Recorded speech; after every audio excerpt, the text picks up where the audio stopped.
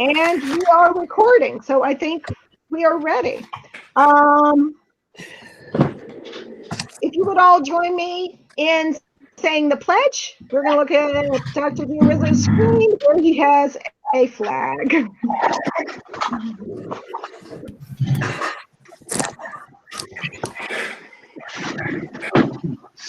I pledge allegiance to the flag of the United States of America, and to the republic public for which it stands, one under God, indivisible, with Liberty and justice for all. liberty, justice for all. Thank you all. Welcome to any virtual viewers we might have. Hello, Betty. Thank you for joining us. Betty, if you would let the record reflect that the board met in executive session to consider discussions regarding the appointment or employment of a particular person or persons in collective negotiation pursuant to Article 14 of the Civil Service Law. Okay. Our first item is the approval of the minutes from the 28th. Do I have a motion? Motion. And I have a second. Are there any questions or comments? Trustees, if you will join me in voting by raising your hand and saying aye. Aye. Aye. Aye. Any nays? Abstentions? Thank you. Action 3 is the report of the superintendent. Dr. D'Arizzo? So hello, everyone. How are you? So the big news of the week is the budget vote and the trustee election. And so while we have, before I get to the results of that, which we publicized, I do want to take a minute to acknowledge and thank Betty Campy, our district clerk, who anticipated issues, planned a meticulous process.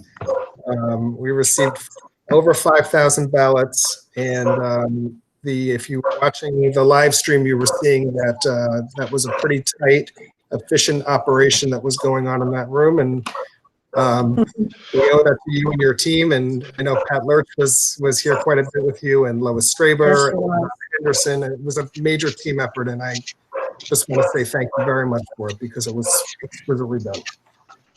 Thank you. I appreciate that. Great job, Betty. Thank you. Thank you. And so I know it's like a budget vote and a board meeting all in the span of a week is a little bit, right? Recovering. Exactly. So I am pleased to share that the budget passed with 3,084 yes votes and 1,892 no votes. That's a 62% passage. Proposition 2, which enables us to access the capital reserve for up to $3 million to do the work in the middle school locker rooms and the nursing suite at Glenhead, also passed. 3,401 yes votes, 1,441 votes. That was a 70% approval rating. And I would like to offer my very profound thanks, congratulations to Rich Galati, who was reelected. We will welcome Andrea Macari to the board. Oh, sorry. Not so good. We'll welcome Andrea Macari to the board in July. And I do want to publicly thank Rob Mazzella for putting himself out there and running. It's never easy to do, and we appreciate him doing it very much. So that is the budget. We now will turn our attention to getting schools open in ways that we're not quite sure what they're going to look like, but we're working hard on that. One thing that I would like to propose to the board, and you don't have to let me know right now unless you're prepared to let me know right now, is that we have a reopening committee that is working in 4 areas. One is in curriculum, one is in medical needs, one is in physical plant and operation, and one is in mental health and social emotional learning. And so we will be having committees of parents and teachers and students. And we would like to offer one seat to a board member who is interested in a particular area and who might be able to help us do this research and make some recommendations forward towards mid-July. The meetings will likely be during the day.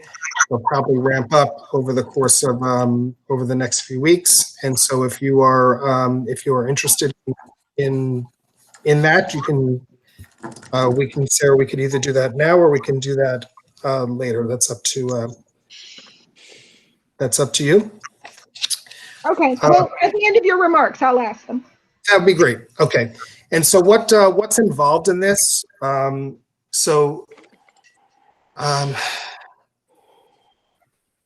state is we're currently, Long Island is in phase 2. We expect to be in phase 3 next week. On Wednesday, schools are part of the phase 4 reopening. The CDC recommendations and guidelines have a very rigid framework and parameters around social distancing and the use of PPE. And so when we get into the agenda a little bit later, you'll see how we are doing a pretty significant budget transfers in order to prepare ourselves for the reopening now by way of PPE and technology.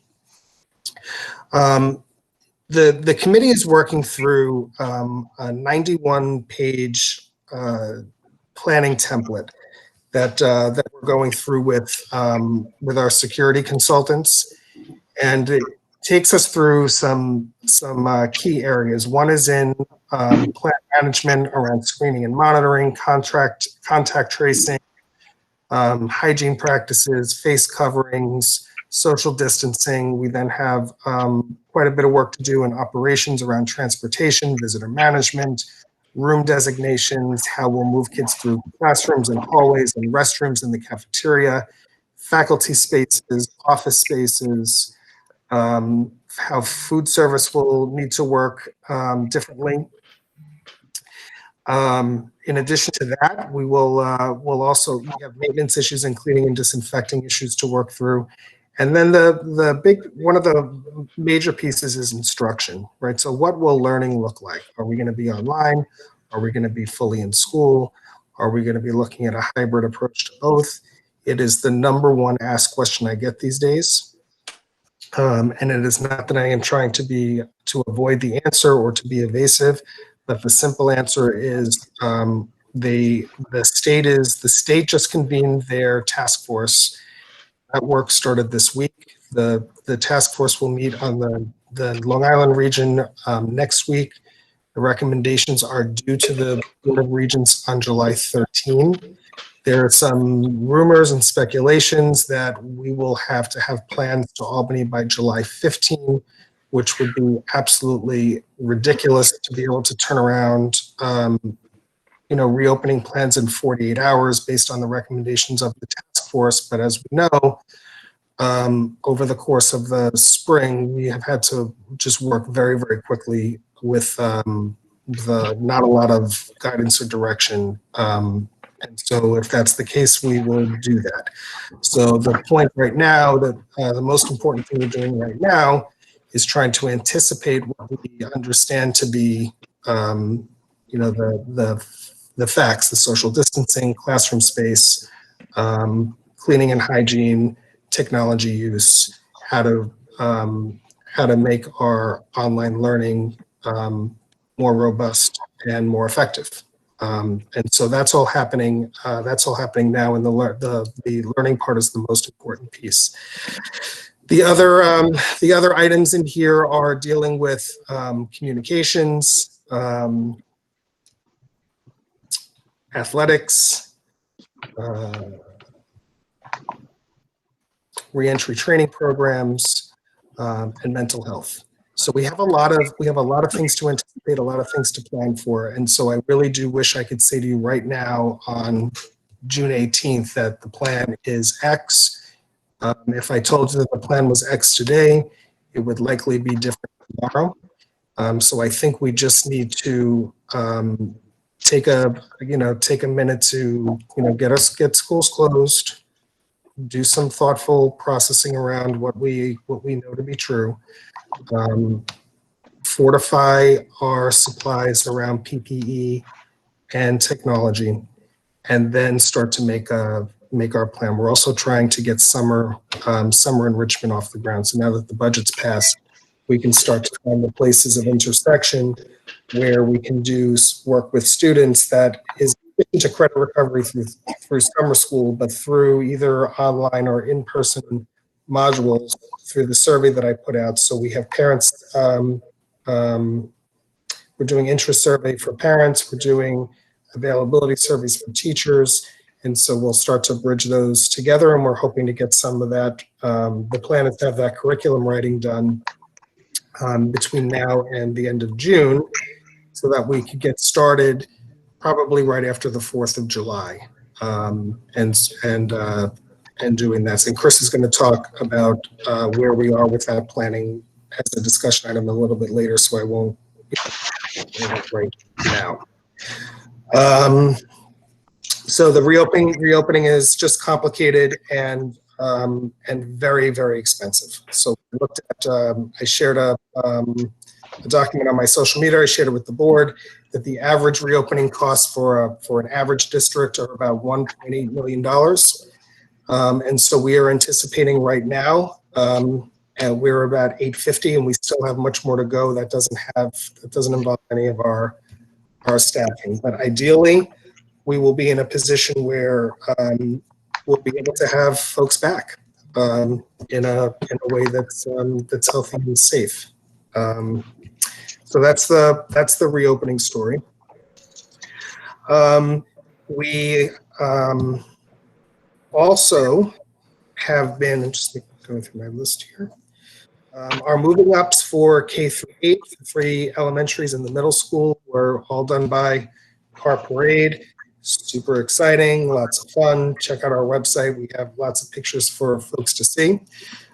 Tonight, we typically do our tenure and retiree reception, and people come and we give them flowers and they have cake, and it's a whole family event. And so Chris and I and Olivia with the principals last week decided that maybe we could do this a little bit differently. And so we did a tenure car parade on Tuesday. And so we have some video to show the board tonight. So rather than have everybody zoom in and zoom out, and we did some video and some photos, and hopefully you'll enjoy that. It'll be fun. And Sarah, thank you for that good suggestion. It was totally worth it. I saw some very sweet pictures on Facebook where people posed with their families behind that big sign you put up. It was very nice. It was very sweet. And Chris did a lot of... You arranged the flowers, and you still gave them cake, right? We did. We do. So normally we do a cake reception, and what's a tenure reception in North Shore without cake? So we ended up getting individual boxed cupcakes that when the teachers pulled up, they got a little cupcake. They got their flowers from the Administrators Association buys them their flowers, and so we presented them with their treats and flowers, and then each of the principals said a few words about them, like they would do at the meeting. We invited them to get out of the car with their families. They took pictures as a family, and then we pulled them up and let them wait. And then we brought all of the tenure candidates back by building to take a photo with together with their principal in a socially distanced way. It was a ton of fun. And so the funny thing about it is, now that we've been doing these things, everybody's like, these are fun. We should do this every year.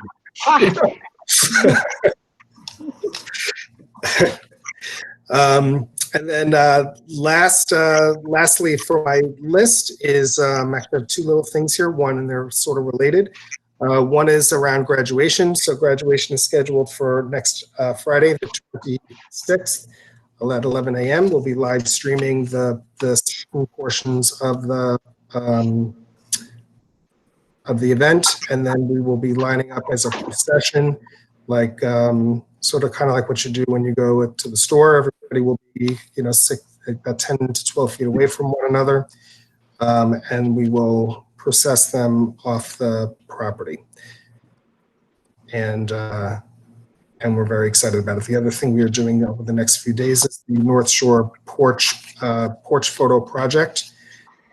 So we've invited all of our graduating seniors with their families to the Victorian House. We have a photographer there who's taking the most lovely pictures of families with their kids in their caps and gowns.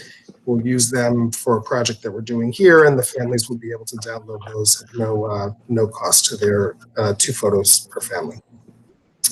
And with that, this will be the last graduation for Albert Cousins, so I do want to say thank him. I want to thank him very much for his many years of good work to the school district. Wish him well in his new role as superintendent of the Rhinebeck schools.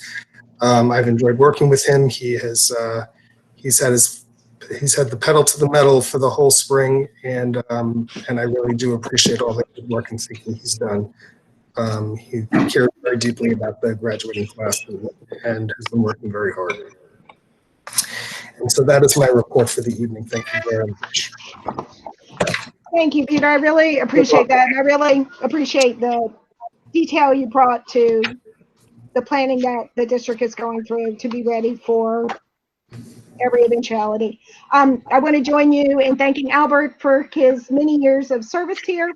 We will definitely miss him, and we wish him all the best in his new home.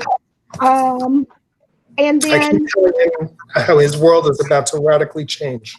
don't find out if I can believe you. Yes, he will. Okay, and so to wrap up your report, then we're just going to talk for a second about these reopening committees. Yes. There are 4, which There are, are 4.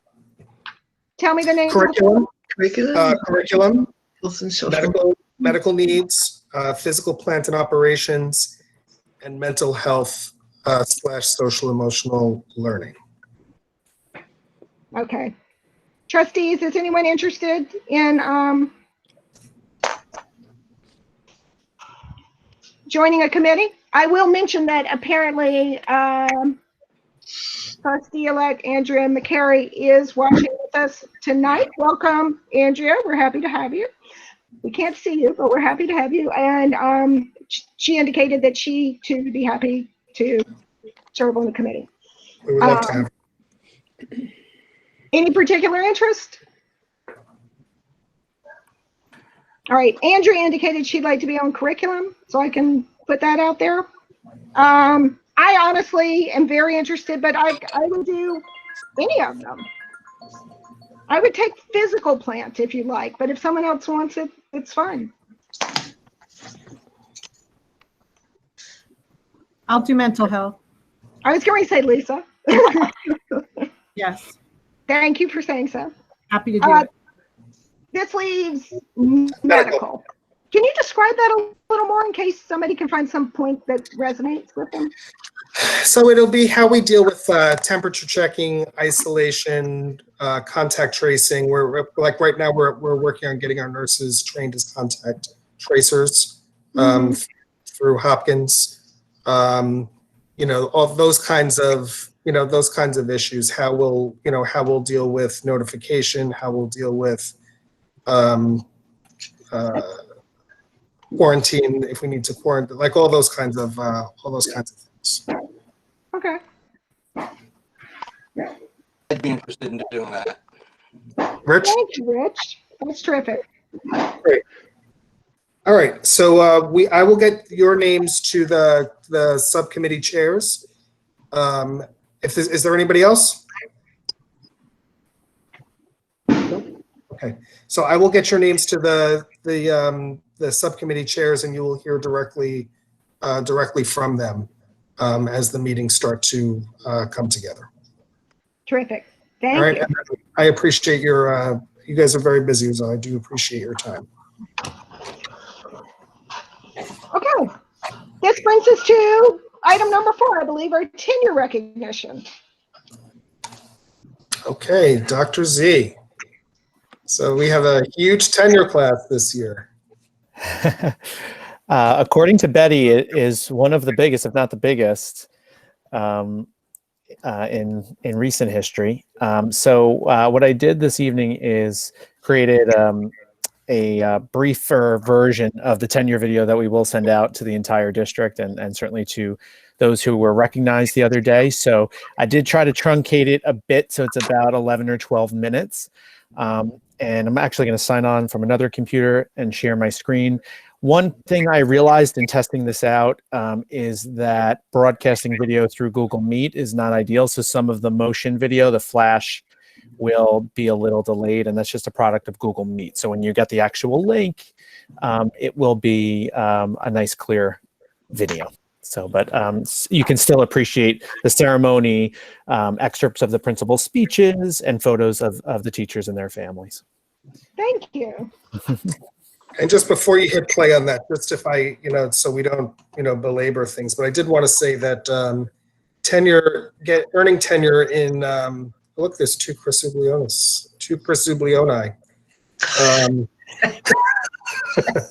Earning tenure in North Shore is rigorous. Our supervision is ongoing and quite powerful. Not everybody gets it. And so those that it is us, my recommendation to the board that we make a commitment to these folks over the course of a long time. Every single one of these people have proven themselves to be spectacular people, individuals, teachers who I am with great pride that I recommend them to you for tenure this evening. Chris?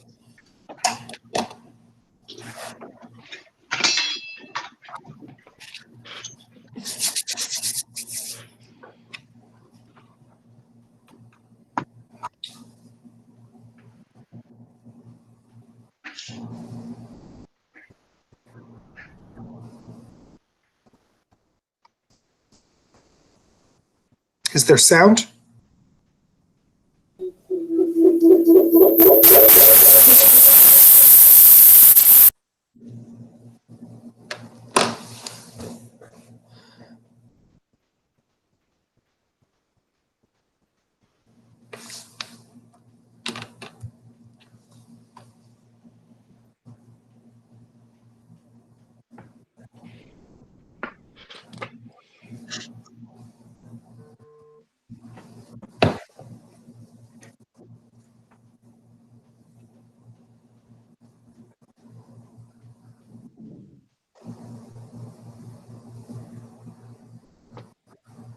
I'm math teachers.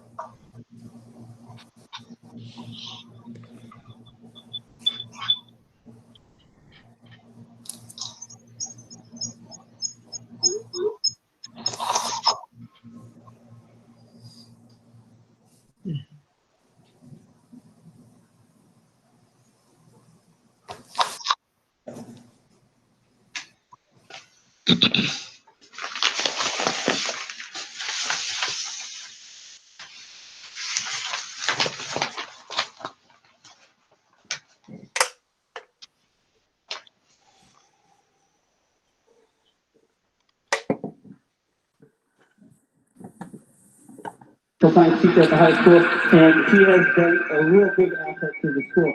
She's in her first year.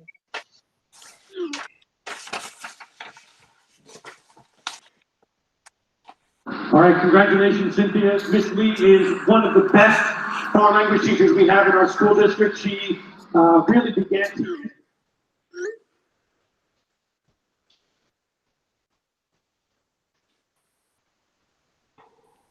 Limbriali, give one huge round of applause. If you want to know what the Teachers College Reading and Writing Program is all about, spend 5 minutes in Miss Limbriali's classroom. She is the gen ed teacher on the 8th grade co-taught team.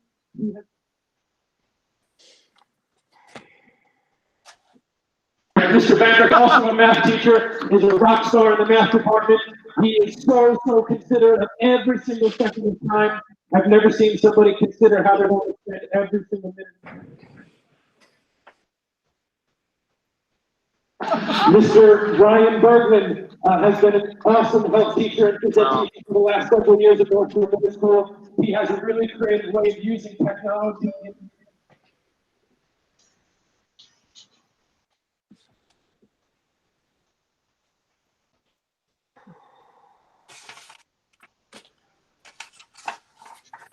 Is one of the most conceptual teachers that we have in our school. He designs lessons that are extremely visually focused. He works with students in 6th grade enrichment as well. I'm sorry, we have a little technical difficulty.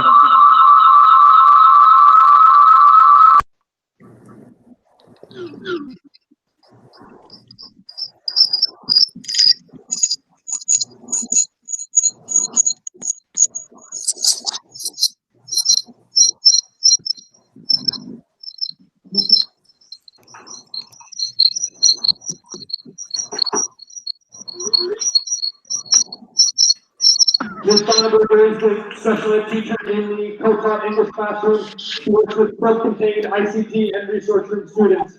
Thank you so much for everything you do.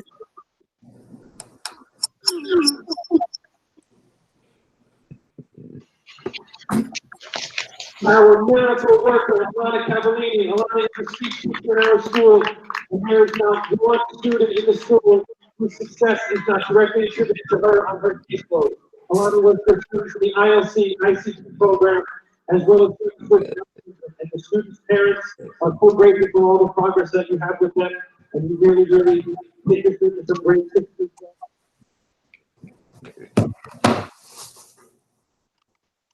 Thank you, Mr. Jenks is an incredible role model for all of his 6th grade students. He is the special ed teacher in the social studies co-taught classroom. He has incredible capacity with instructional technology. He is the master.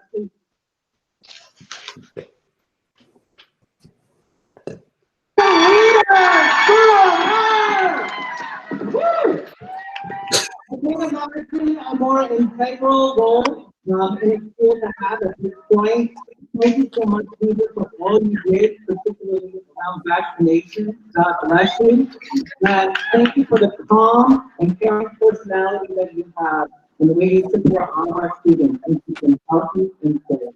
Again, your head is a better place to be this year. Thank you.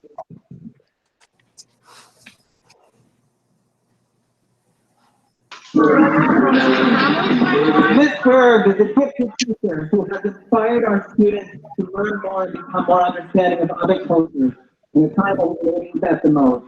Her students take first, they focus on speaking in a target language, and in her head is indeed a better place to be there. Thank you, Ms. Berg. Congratulations.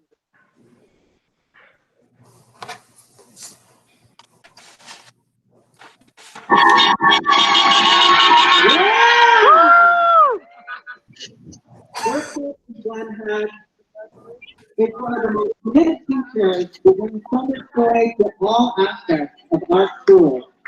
Collaborations with them, we so appreciate your coaching education. Your students.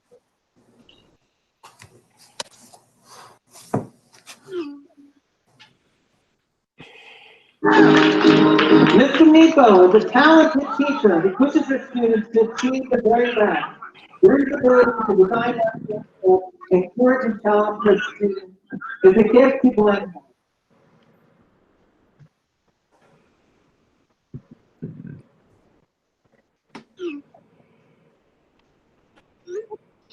Shay Shah. Shay is a very talented teaching assistant who works with both 4th grade and 5th grade students and teachers. Students are drawn to her as she speaks to them.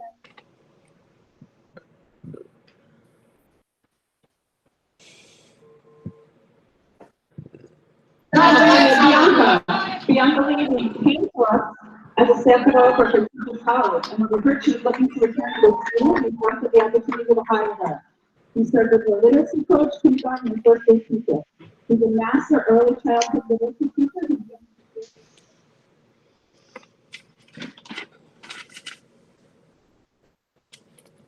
Next up, we have Glenwood Landing School. We have Callie Iapolka, a fifth grade teacher. Yay, Callie! Callie was hired at North Shore as a teacher at a private school. She joined a very talented group of fifth grade teachers, and she immediately fit in with the group. Not only did she fit in, but she added her own thoughtful and innovative ideas to the mix. Her calm demeanor helped her fifth graders feel.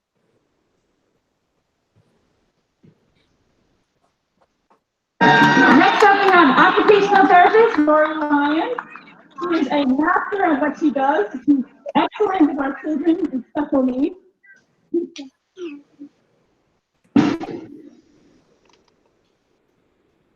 Physical education teacher Nicole Green. Hi, Nicole. Nicole has been a physical education teacher in North Shore for 4 years. She's been able to add to her college efforts to enhance and challenge students in the year. Her background in special education provides her with a toolbox of strategies.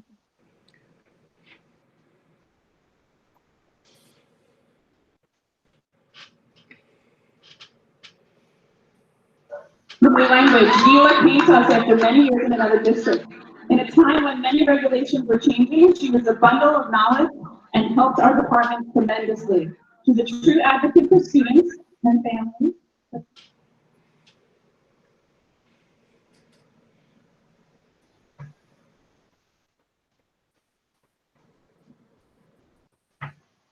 That is Ms. Audra Boyle. Mrs. Boyle embodies the North Shore SBO as a collaborator. She encourages her students to work closely with one another by providing opportunities for effective collaboration and by modeling collaborative practices. Her dedication to her craft allows us to see that she lives the values that she encourages in her students. She's so very lucky to have you here.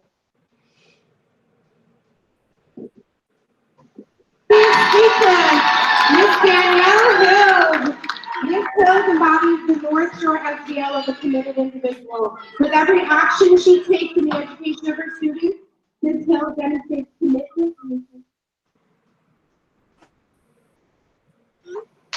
Ms.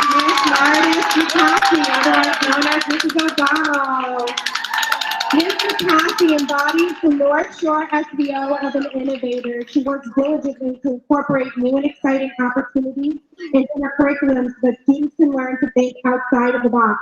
Her desire to innovate benefits the students in her class who require access to the curriculum.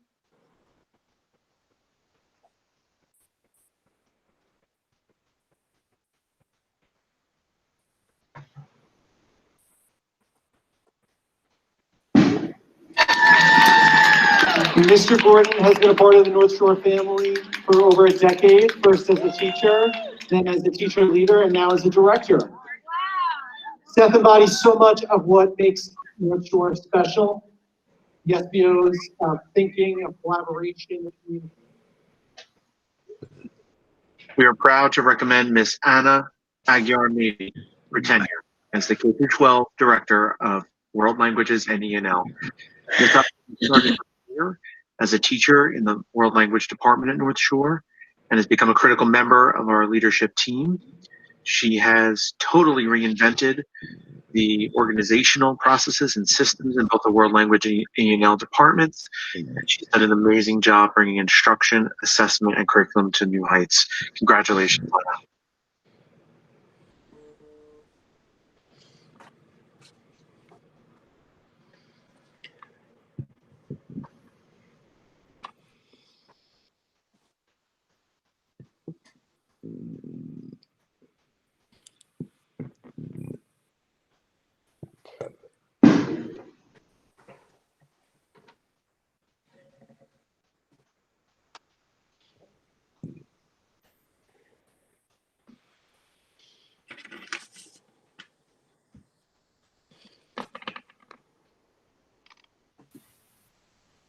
Thank you. I apologize for the technical difficulties at first.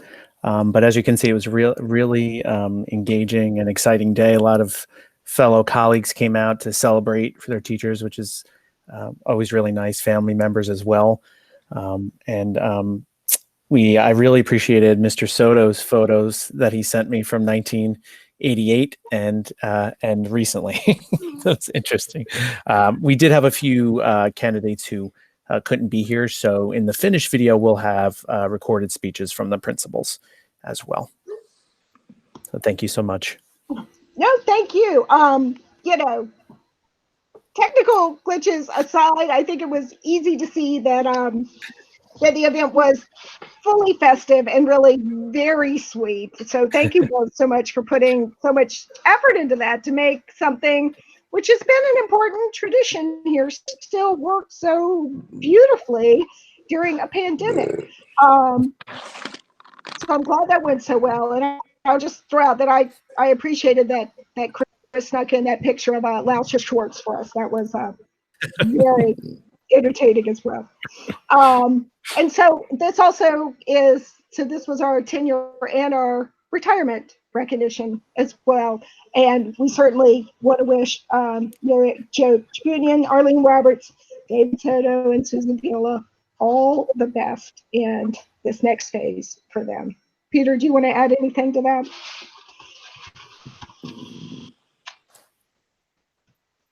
We can't hear you. I will be so glad to not do meetings where I have to mute, unmute. I mean, technically, at public meetings, we reach out and press the little button in front of us, but I'll agree, it's very different. Right enough. I got to get with the program. But I do want to say this is a small class of retirees, but a really, really important one. We lose probably 90 to 100 years of collective experience in this group, just in these 4 individuals. They have all been just wonderful, wonderful employees. Susan Viola, as a teaching assistant, was at Glen Head for many years and is now at the high school.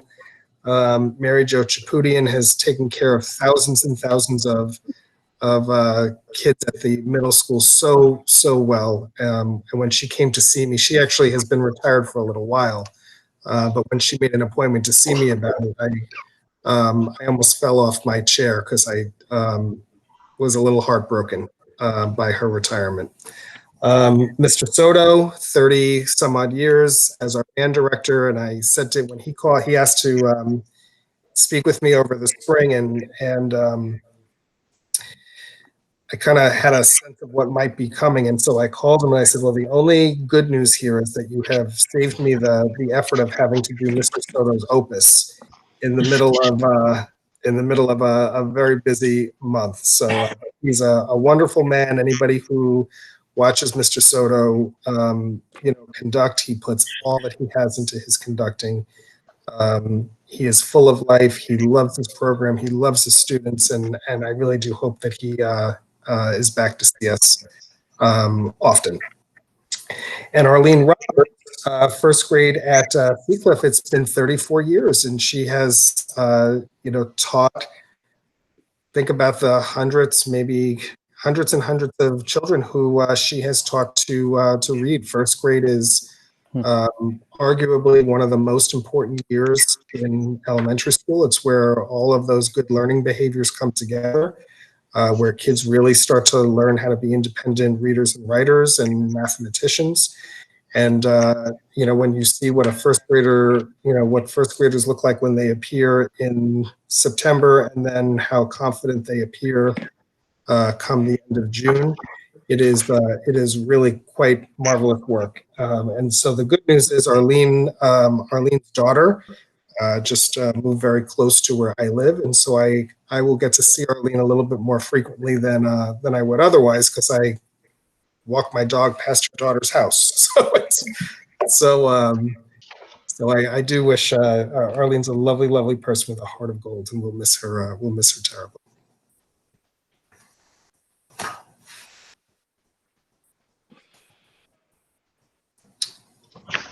Okay. Next up is our recognition of our SGO representatives. I don't have any way to know from this if they are watching with us tonight. But we wanted to make sure that we thank Sam and Christian for showing up at our meetings, for keeping us up to date with everything that was going on at the high school, and making sure that we were in touch with the students that we're responsible for. Their dedication and their energy was wonderful, and we will greatly miss them, and we wish them every success in the future. And we do have, as is our tradition, a small gift for them that we will get in the mail to them, presumably. And just to add to that, two very fine, fine young men, dedicated, committed to the schools, great spirit, hard workers, and truthfully, one of the easier couple of guys to talk with, right? Just very, good hearts and open spirits, and I wish them both a lot of luck and success as they move on to college next year. Thank you, Peter. That's well put. Moving on.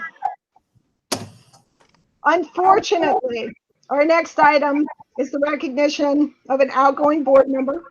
I am sorry to say that Joanna Commander is at her last meeting with us.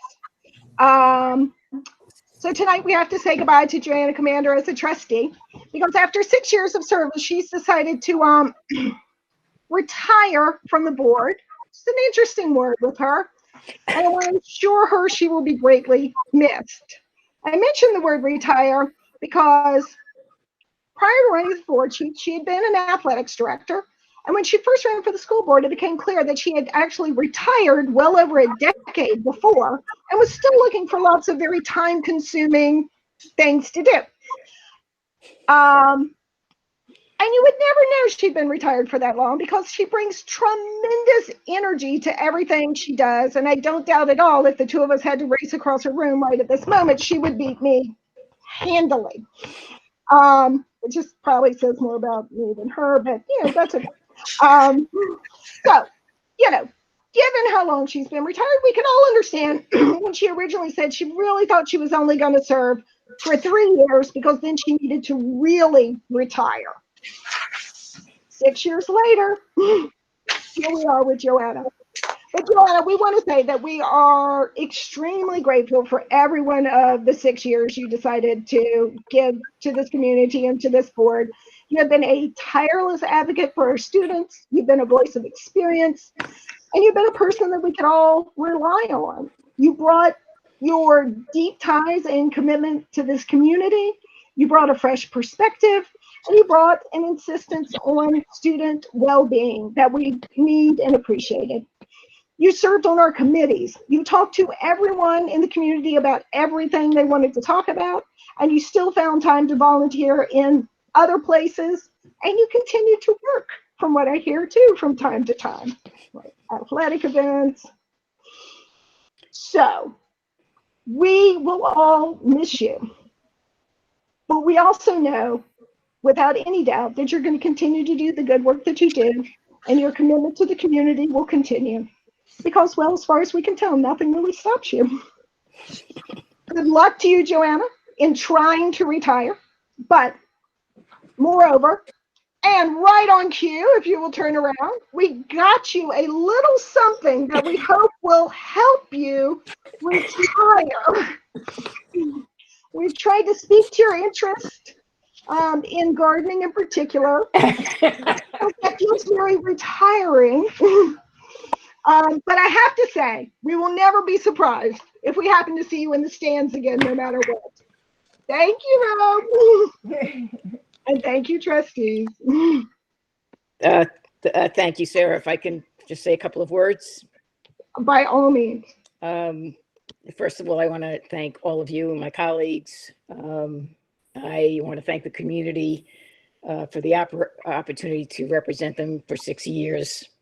I have met some just incredibly talented and dedicated people over the course of my 6 years. When I first moved into the community, first thing I did was join the Booster Club, and I still call Steve Graber and Maria Ogavin and Lisa Castiglione like they are my dear friends.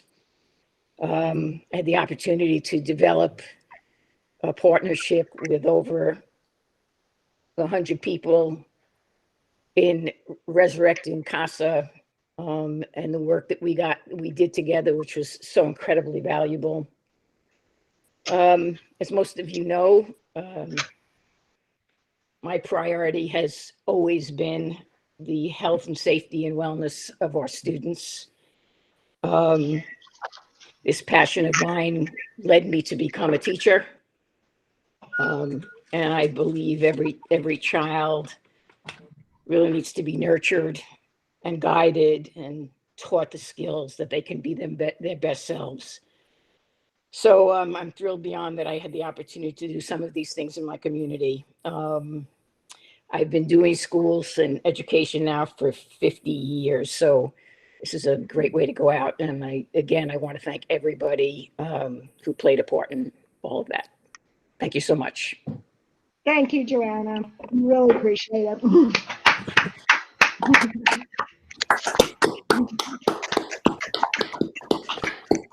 I wish we could be in person. But we will soon. We will. Thank you, Joanna. Thanks, David. Thank you very much. Thank you, Betty. I miss you. I'll miss you too. My partner at board meetings. Right? Yes, you two were like, when we met in person, right? Okay, trustees, this brings us up to our regular business. Sarah, point of order. Please. The board needs to take official action by granting tenure. Thank you. Yes, I didn't see an actual motion. I just will say, do I have a motion that we are resolved to grant tenure to the teachers as indicated? Motion. A second? Second. All in favor, please say aye and raise your hand. Aye. Aye. Any nays? Any abstentions? Thank you, and thank you, Betty. Congratulations, tenure. Congratulations. Welcome. Congratulations. Betty, does that cover all of them, or is that just, that's the teachers and the administrators and everybody? That was everybody. Okay, thank you. That was one action item. Thank you. Okay. Without further delay then, regular business. Chris Zublianis, I hear you are in charge of summer learning.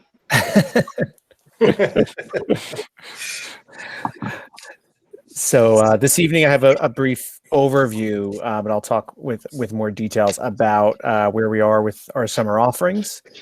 We were in part waiting for the vote this week before we went full force into planning. But in preparation, we have done, as Dr. Giarrizzo mentioned, survey work with both families and teachers. We have solicited from teachers and administrators ideas for modules, for ways to organize summer instruction, and we have an extensive list now. One thing, and this has affected Chris Marino as well, is on Friday the 6th, when the curveball in terms of in-person special education learning being possible came in the evening. And so now we have been, both Chris and I, looking at how to best adapt to that. I've been in close communication with Chris daily about this. We're looking at what other districts are doing. We're looking at CDC guidance and state updates and updates from Florence and the firm. And so we have a loose idea of how we will proceed. But I am going to present to you now this overview where you can see the outlay of programs. And okay, so this does not include ESY programs or BOCES services. I know I've mentioned that in the past, that BOCES Summer School, again, this week they stated it would be online. and ESY services, like I just mentioned, will be both online and in person. And what we are doing with that is trying to match families that are comfortable with being online with teachers who are able to be online, and same for in person. Families that would prefer in person with faculty members who don't have underlying health conditions or are otherwise more comfortable with being in person. Before that happens, and those services start on July 6th, we need to institute and execute some protocols for temperature checking, social distancing, mask wearing, protocols that some of us have experienced if we've gone into a doctor's office or things like that. So there will be some similarity to those, but then others based on the New York State DOH guidelines in consultation with the State Education Department. So outside of those services, we have come up with 5 different components of services. The first being small group services. These would begin, we talked with the leadership team about starting later and trying to truly bridge the summer with a 5-week program, and actually with a week in between with a break and kind of a midpoint assessment structure, so that we would get as close to the fall as possible, also respect the need for perhaps a little away from the computer for the next couple of weeks.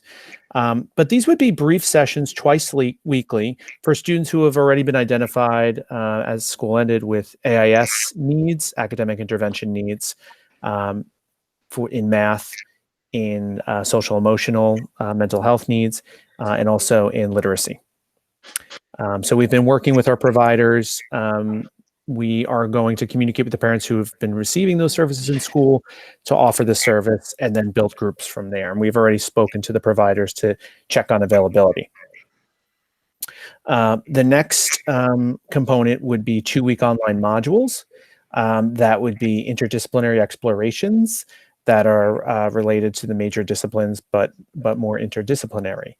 Science modules, STEAM modules, geography and civics modules learning, book clubs that are dynamic based on current events or interests. The goal here is to have more engaging experiences for students that ignite their passions, but also do reinforce content and more of the SVO skills that we want them to be engaged in. And these would be 90-minute modules, starting out with a group of about 20. Then after a half hour, students would work independently, and we would have a small group meeting and then another small group meeting. So 60 minutes from the student side with a teacher, but then we would build in independent work and preferably work away from the screen, outdoors, and really trying to, again, build in that need to get out of the house as much as possible, even if it is an online module, to build that part in. So those would be 2-week modules, and we would schedule them at late enough in the morning, but not so late so that scheduling other programs would be difficult for families. So we're looking at a 9 o'clock start, a 10 o'clock start, and an 11 o'clock start. And we will finalize that within the next few days and send out registration for that shortly. We also, the directors and teachers, discussed 4-week modules for courses that require more readiness preparation. Some of the IB courses at the high school, the new accelerated math course in 6th grade. There is a summer bridge program we are planning. And these would be 4-week classes, an hour daily and online. The last 2 components are similar to the previous 2, but since the governor's order and discussions with the leadership team and hearing from the families and from that survey, there is high demand for some in-person experience.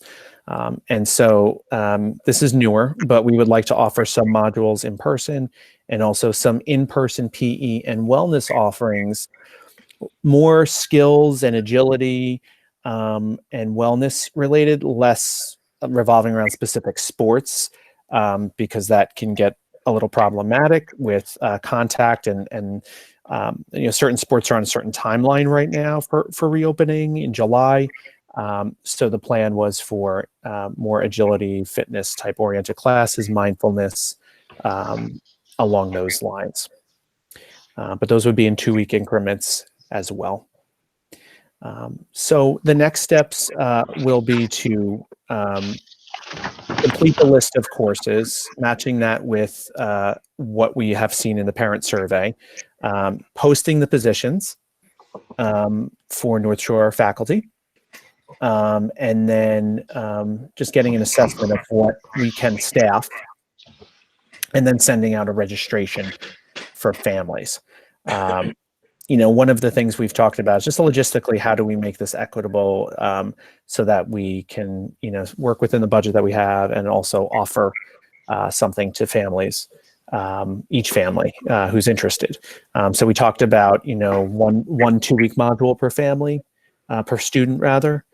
They're interested. The plan was that we wouldn't be charging for these modules. So we would give like a first or second choice option in the registration and work that out as those registrations came in. So we had the best match possible in addition to matching online versus in person with both families and teachers who are comfortable with either way. Thank you. I thought that was a really thoughtful way to go about it. I'd be surprised if other districts are doing anything similar, and I'm kind of on the edge of my seat to see what the specific offerings are going to be. Peter, did you have anything you wanted to add? And trustees, do you have any questions, of course? So for me, I want to thank the board for even making this possible. Yes. For us to do, right? Because I think you're right. I think a lot of districts are not doing things like this. And we think there are a couple of things that we are, focused on. One is engagement. A lot of folks lost their summer camps, ability to send kids even locally to different places. And, to the extent that we can, prevent some summer slide, which happens in the very best of circumstances, keep kids engaged and active. We're really excited to be able to do it. And it won't be, an all-day experience. It will not replicate that, but it'll be something for, all kids to the extent they want to engage in it, and do something, to keep their brains moving and connect with their peers. So I think it's pretty cool. I think it's exciting, and I thank you for being willing to fund it. Thank you. Do you guys have any questions? If not, we can move on to the much anticipated Buck Harrison Prevention Needs Assessment. Thank you. And just before we close, that I do want to commend Chris and the directors for putting this together. Chris is like the man who does nothing but turn things on a dime these days. He works fast. He works thoughtfully. Quality is really the quality of work that he does is outstanding. And I know that it is taxing and tiring, and I appreciate it. This is a lot of moving parts to get lined up in a very quick fashion. Thank you, Chris. Yeah, and not the only thing that he's got to turn around quickly and in a detailed way. So good work, Chris. Thank you for your support. I just can't tell you how enthusiastic the administrators are and teachers as well. The ideas are really, these creative endeavors. I think it's a real strength of our district. So to have your support, like Peter was saying, we're so appreciative. So thank you. Thank you. Thank you, Chris. Okay. So turn over to Dan Doherty. Thank you, Dan. Hi, everyone. Thanks for Dan, having me. welcome. Thank you. I'm going to share my screen. For 1 second.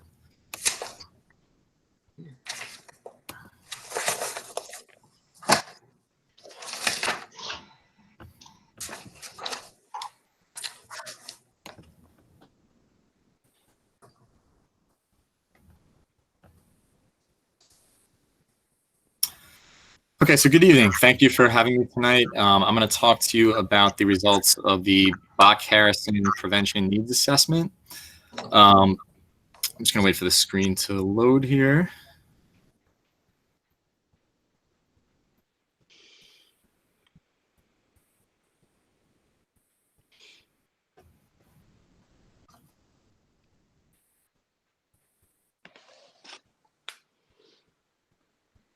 All right, so while the screen's loading, so we gave the Bach-Harrison earlier this year.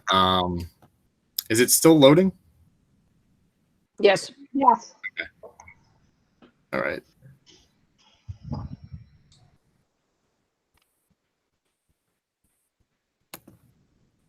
I'm now having, here we go. Okay. Sorry about that. Okay, so we gave the Bach-Harrison earlier this year. This report is a collaboration between a couple different sources. The district contracted with Dr. Bernard Gorman, who's a Hofstra adjunct professor, a clinical psychologist, and a statistician. Dr. Gorman worked with myself and Riza Berg, the high school social worker, one of the high school social workers, to analyze the data and give us feedback on the implications of the survey. We're still under contract with Dr. Gorman, and he's offered to assist us with anything we may need moving forward. And you'll hear his feedback throughout the report tonight. So what exactly is the Bach-Harrison? It's a need prevention assessment, as I mentioned earlier, designed to measure the need for prevention services for youth in the area of substance abuse, delinquency, social behavior, and violence. The purpose is to learn how students in our school feel about their community, family, peers, and the school itself. It's also an information tool to be used to help us generate early intervention ideas for the North Shore School District. It's not a test. There's no right or wrong answer. The survey is completely anonymous. As you go through the results with me tonight, and if you have the report in front of you, there's two pieces of comparative data in there. Monitoring the Future, which is a nationwide survey put out by the National Institute on Drug Abuse, which is an offshoot of the National Institute of Health. And that only produces data for grades 8, 10, and 12. And then also the Bach-Harrison Norms, which is a collection of data from Bach-Harrison for districts or community organizations that may have purchased this survey. So the demographics, the survey was administered digitally to students on January 14th, 2020 in their physical education classes. A total of 1,044 students participated in grades 7 through 12. And the ethnicity breakdown is there, which is reflective of the North Shore School District. One important note here is the fact that the survey was administered digitally. When it was given in 2017, it was given by pen and paper. And we did hear some feedback from students after the exam, the survey, I should say, that there were confidentiality concerns. That may have played into some of the validity of the survey, and we did ask Dr. Gorman about that, and he concurred that that could play a role. With that said, Bach-Harrison does build in validity measures, such as including the name of fake drugs, and also removing surveys where students may have answered, a high amount of use that may not have been possible over a 30-day period, and things like that. This was an opt-out survey, so families could opt to not participate. This is just the breakdown by grade. As you can see, it's consistent from 2017 to 2019, so the participation rates were pretty consistent.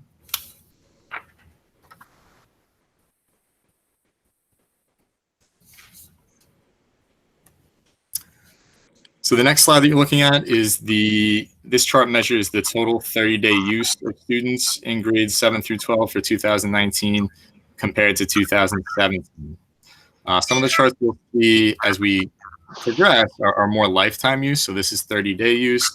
Important to note, this was given in January, so relatively close to the December break. Whether that factored into results or not, we can't really know, but just an important note. As we compare the data, 2017 is in maroon, 2019 is in gray. As you can see, the first listing is alcohol, and the numbers are up a bit from 2017. As you go through, our e-cigarette data was down for 30-day use significantly, which we'll talk about in a minute. Our marijuana numbers were relatively close, down a tad bit. And then the other spike that you'll see is the energy drinks are pretty consistent. We did not focus too much on that in this report. And then all the drugs in the middle are other drugs, and most of them are below 1%, which is good. Okay, and we're now going to look at alcohol lifetime use, and there's some important data in here. As you can see, so monitoring the future is the last column, which is grades 8, 10, and 12. We're above monitoring the future in all 3 of those grades, which is a bit concerning.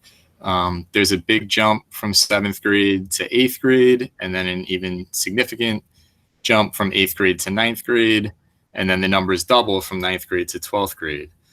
So alcohol use within the district, which is consistent with other Long Island high schools, is a concern. Another important note, comparing 2017 to 2019, the 9th grade, if you look, from 21.7% to 30%, that's a significant jump. And then a jump in 11th grade from 59% to almost 70%. And just on the 8th grade, that's a consistent theme that you'll see throughout the next couple slides. And then when we get to age of onset, that's really, it seems to be the time, and Dr. Gorman concurred with this, and it was part of his report, as when students start to use. And we'll talk about what that means for us as a district moving forward. So binge drinking was not a part of the 30-day use, but it was a part of the overall survey. And our numbers were interesting, so we did include that as part of this presentation. Bach Harrison defines binge drinking as 5 or more drinks in a row over the last 2 weeks. Again, you can see that from 8th to 9th grade, there's a significant jump. And then from 9th grade to 12th grade, there's a significant jump. In comparison with monitoring the future, again, which is the last column, if you look at the 10th grade, monitoring the future is 8.7%. Our 10th grade numbers are about 20.3, so we're more than double. And then when we get to 12th grade, monitoring the future is 13%, and we're at 38%. So we have work as a district to do in this area, and I'll talk at the end about initiatives and conversations we're having now that we have this data to move forward.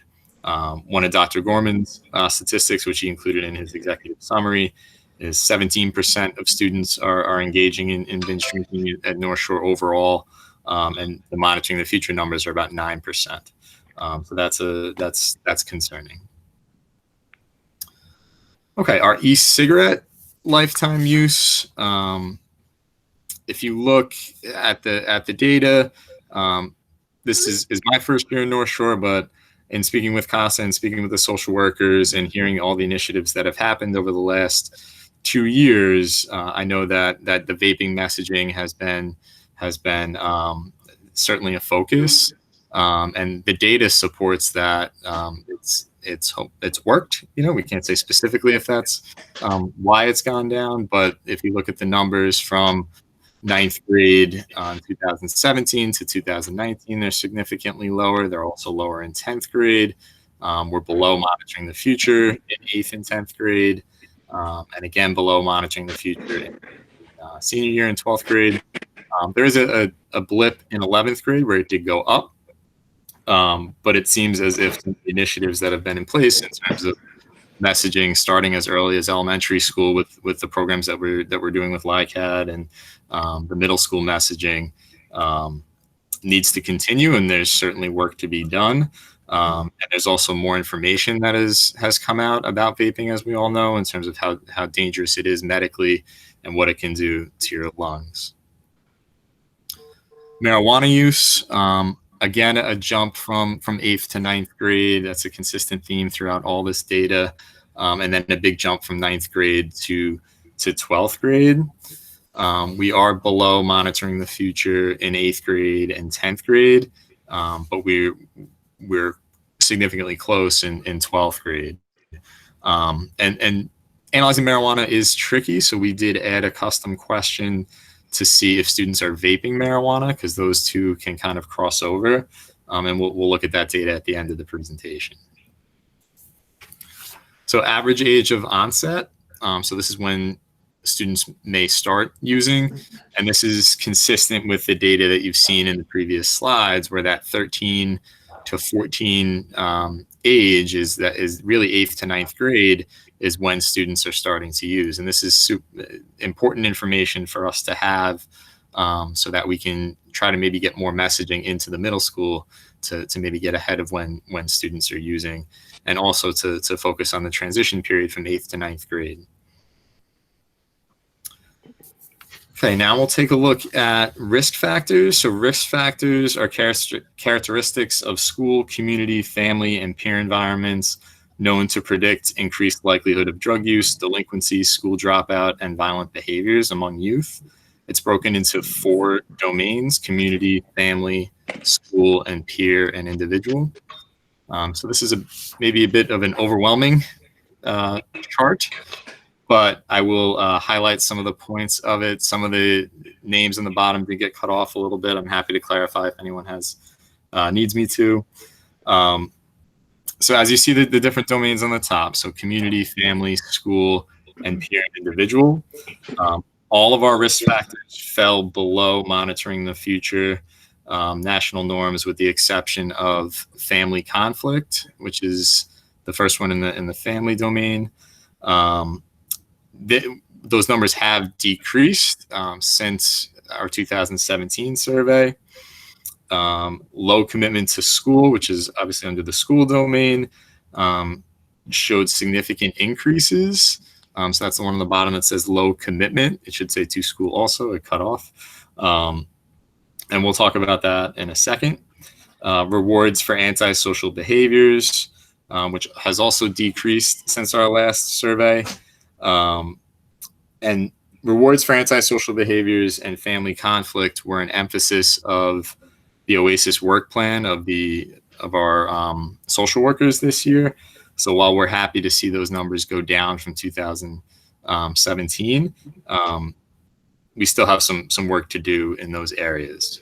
And then coming from a counseling standpoint, the second to last graph on there says depressive. It should say depressive symptoms. Our numbers are significantly up from 2017 to 2019, and that's certainly concerning, and I'll elaborate on that in a minute. Okay, so it's the 2 points that were significantly up from 2017 to 2019. Again, the first was low commitment to school. Just to clarify a little bit about what that is, low commitment to school can be defined as how valuable the students feel their work is. And just to give you an idea of the questions asked, some of the questions were: how often do you feel the schoolwork is meaningful? How interesting are most of your courses to you? How important do you think the things you're learning in school are going to be for your later life? And then general questions about, do you enjoy or dislike school? And what's concerned, our numbers are up from 2017 to 2019, really in every category, and they are above the Bach-Harrison norm. So this may be an area where we have some work to do. The district strategic plan speaks to this significantly with the teaching and learning committee, the social emotional learning committee, the work that has been done in looking at the homework policies and things like that. I think all that work speaks to this issue, but we may have a little bit more work to do. I think with everything that's happened of late, we have an opportunity to look at how instruction is given, and trying to find interest for students and hear the student voice as to ways that we can work with them and help with some of these numbers. The next slide on depressive symptoms. Again, these are the numbers more specifically by grade. And we're up in most of the categories. We dropped a little bit in 9th grade. So 8th grade is up to 34%, which is a little bit below the Bach-Harrison norm. But then but then the numbers spike as students do get older.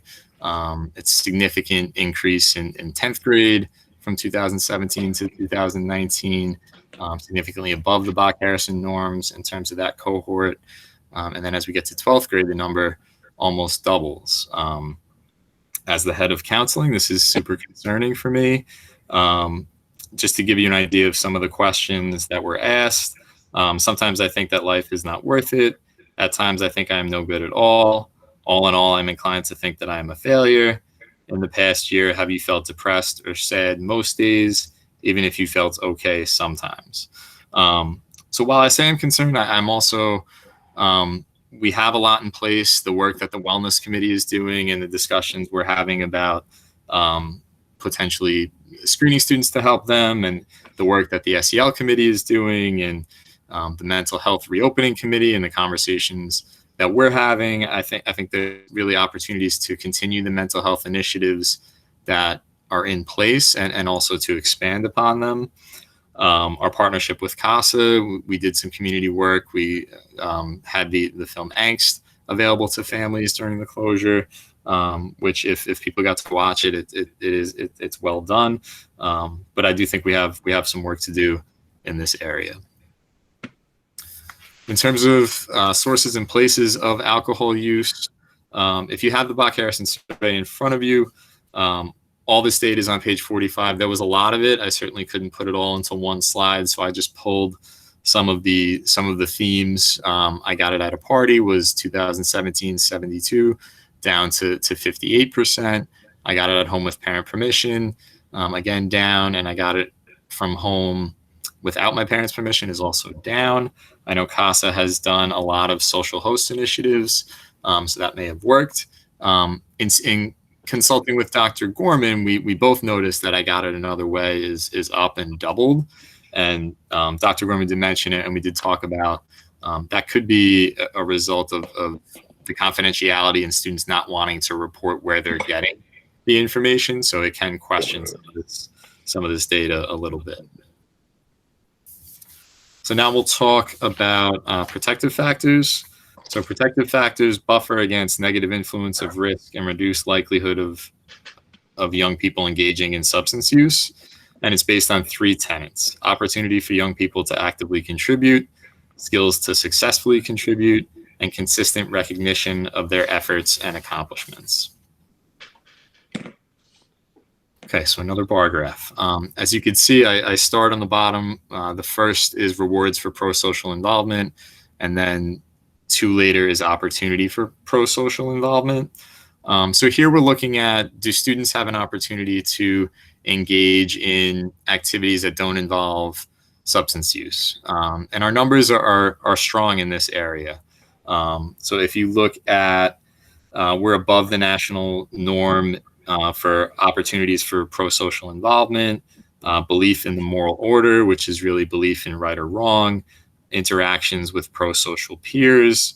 That's where it says pro-social. It should be interactions with pro-social peers. We're significantly above the monitoring the future rate for opportunity with involvement with for pro-social involvement is 67%. We're at 75.4%. So we're significantly above with that.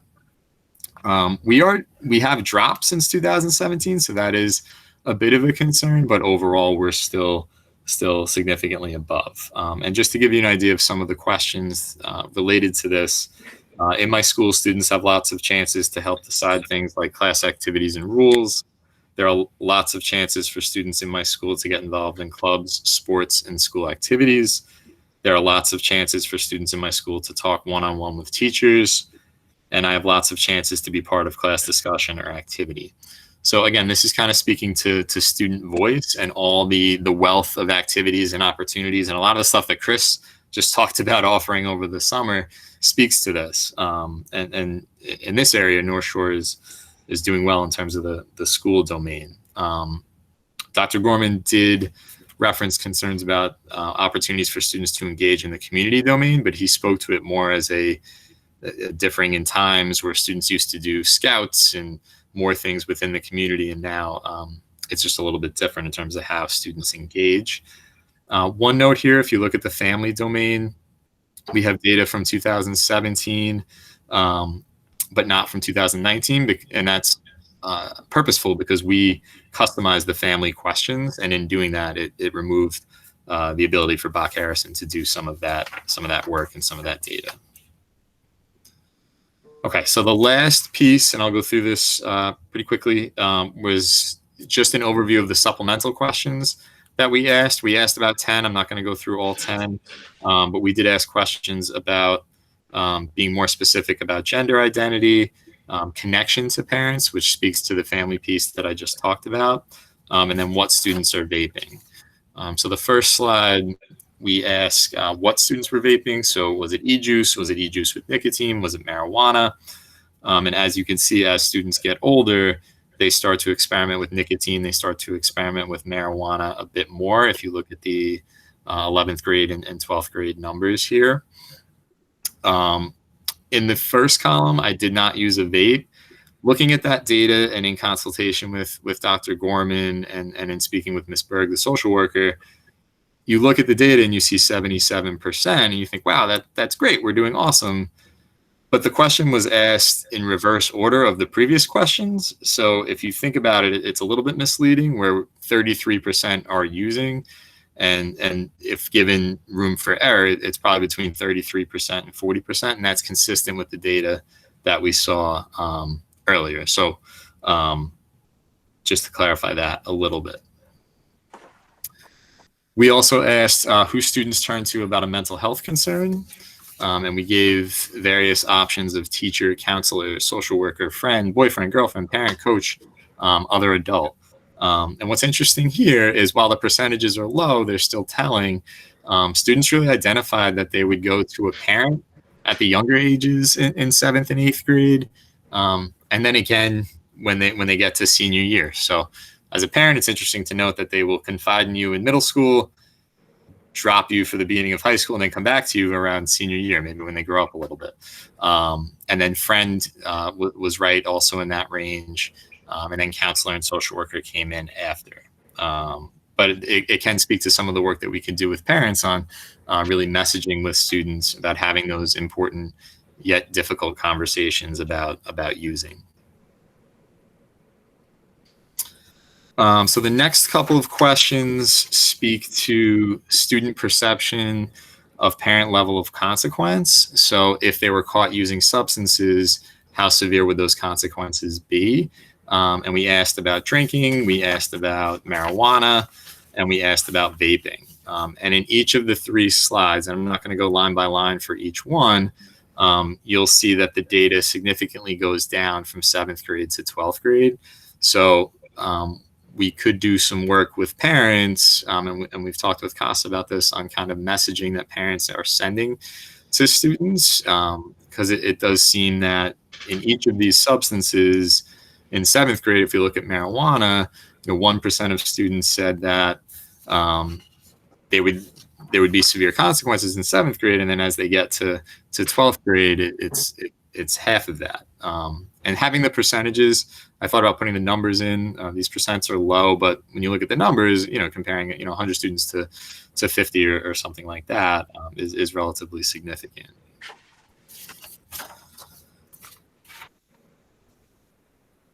Okay, and then vaping, the numbers were similar in terms of the level of consequence, dropping from 7th grade to 12th grade.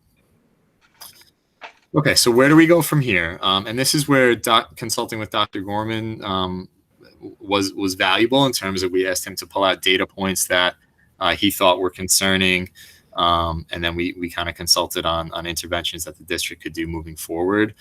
So one of the data points that was consistent was the age of onset, was really the age of 13 and or 14, which is that 8th to 9th grade. As you saw the data earlier, that's really when students start to use, and then it ramps up as they go from 8th to 9th grade, and then continues from there. So some interventions that we've talked about that are already in place, having seen this data earlier in the year, is curriculum writing for the middle school and high school health curriculums. That project is underway as Dr. Zublionis and Don Lang and the health teachers are working on that over the summer. continuing our partnership with LICAD. Before the closure, we were entering into a contract with them, literally like a couple days before. I think Chris and I met with LICAD, I think continuing that and having a contract this year that allows for preferred scheduling and ease of access in terms of having their counselors come work with our students, parents, and teachers, and providing that professional development, I think is super important, not just for the 8th to 9th grade, but overall. And then increased middle school messaging, I think is important, and Dr. Gorman agreed with that. The next data point, which I spoke to earlier, is the high increase in depressive symptoms and the high increase in the low commitment to school area. And interventions for this would be a continued emphasis on the mental health piece. The expansion of Ruler to elementary school will help, I think, in the long term in terms of teaching coping skills and having a consistent message for our younger students. And the goal should really be to reduce mental health stigma and teach healthy coping skills throughout the curriculum. And that's something the SEL committee is working on. And, there's a lot of work happening there. And then in terms of low commitment to school, the teaching and learning pillar and that committee can certainly work on that and really trying to hear the student's voice in terms of connecting their interests to the work and looking at how instruction is given and engagement, which is something during the closure that I think has opened everyone's eyes a little bit. And the last data point that was discussed was certainly the increases in alcohol and binge drinking and the concerning areas there. And then some interventions can be increased programming related to binge drinking and the dangers of alcohol. And that can tie into the earlier point about the health curriculum. We had a program scheduled with CASA, with LICAD to come talk to our seniors about the dangers of binge drinking as they transition to college. Dr. Gorman did put a stat in his executive summary that, I believe it was 42% of college freshmen are engaging in binge drinking. So I think looking at those transition periods from 8th grade to 9th grade, and then also looking at the transition period from senior year to college is very important, in addition to all the work that goes on in between that. And last, just kind of a broad stroke overview of areas of focus. So parent education is always very important. CASA has been great with this in terms of all the work that they're doing and a lot of the initiatives they had even during the closure in terms of wellness and mental health and anxiety. In addition to some messaging on level of consequence and some of the parent messaging in terms of how seniors are viewing that low level of consequence, I think can be important. Curriculum writing, as I mentioned, in terms of health, but not just health, also adding coping skills and social emotional learning throughout the curriculum. And then the community partnerships that I mentioned with CASA and LICAD and some of the other organizations that are out there.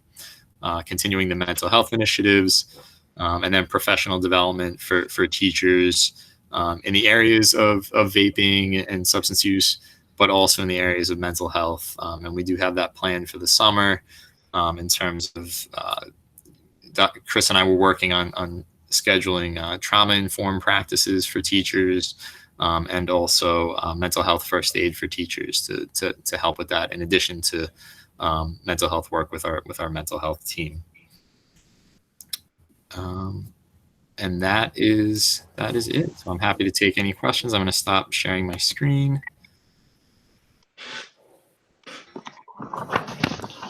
Dan, I had a couple of logistical questions. Joanna, give me 1 sec. Yep. Let's start with Dan. Thank you for stepping in to do this presentation when it didn't work out to have Dr. Gorman here. So I appreciate your doing this on relatively short notice. I know you're familiar with the report, but it's different to be sold. You will now present. And I want to highlight too that I really appreciate the fact that you went to great lengths to highlight the areas of concern and to be clear about those. So we appreciate that tremendously. And with that, I feel certain the trustees have some questions. And Trustee Commander, would you like to go first? I noticed that 1,044 kids took the survey. How many kids do we have 7 through 12? Um, All right, Dr. Z, can you help me with that? I will look it up right now. The enrollment. I know we have roughly, I it's mean, about 200 per grade. So I'd say probably roughly 1,200. We're about Was it- 850 in the high school. Was there a reason that, could people just opt out, or they provide a reason or concern when they opted out of taking the survey? So Don Lang sent a letter home stating that students could opt out. We had students that were absent, I know, on the high school. We had, I know, in consulting with Bach Harrison, there were some surveys that were pulled. We did have a couple technical issues, so there's some of that that could be the case. Okay. I also wanted to ask, or really make the point, what I think was the most disturbing thing, and again, to agree with Sarah, I think bringing the points of concern out so clearly is a very positive thing. Because if you're dealing with this issue, you have to take a look at what they are. But what I was quite amazed at when I was looking at the survey was the no consequence of any variety of behaviors. I think that's a major problem, because no matter what we do in terms of curriculum or special events or whatever you want to do, if the parents are giving a message that is opposite that, or not holding the kids responsible for the agreements that they have with them, I think that is extremely problematic. So I just wanted to make that point. Nice job on the report. Thank you. Thank you. Joanna, in grades 6 through 12 at the time of the survey, there was 1,424 students. 1,000. 424. Okay. And this was Okay. 7 back- to 12, Chris. So probably. Oh, okay. I apologize. So that number would then be 1,238. And perhaps a suggestion of when kids are taking about to take that or have that digital experience, that someone does a preface with them, talking to them about confidentiality and assuring them of that. Perhaps that would help in getting more honest responses as well.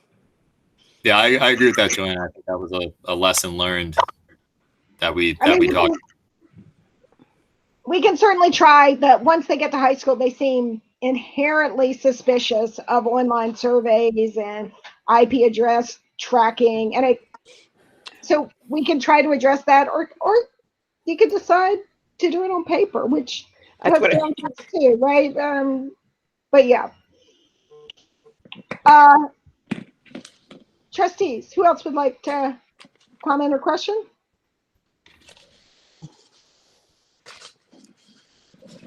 I certainly can. Dave, go ahead. I don't like to, No, it's fine. I was, I don't know if you know this, Dan, but if Bach Harrison has a built-in margin of error, you talk about those kids who over-report either as a joke to talk about, doing copious amounts, but also those Right. kids who maybe aren't comfortable. I realize it's their survey and they want to promote it as being effective, but I wonder if that's baked in, or if there's some sense, or if Dr. Gorman had some commentary on that. On the validity measures, or on how seriously students took the survey? Is that what you're asking? Well, I think that's probably the same question for me. The validity measures of misreporting, how reliable these numbers are. Yeah, I can consult with Dr. Gorman to get more information on that. I know if you have the report on page 6, they do talk about the validity measures in terms of students that report an possibly high level of multiple drug use, students indicated assessment use rates that are higher than lifetime rates, and things like that. I would almost be more concerned about the other way.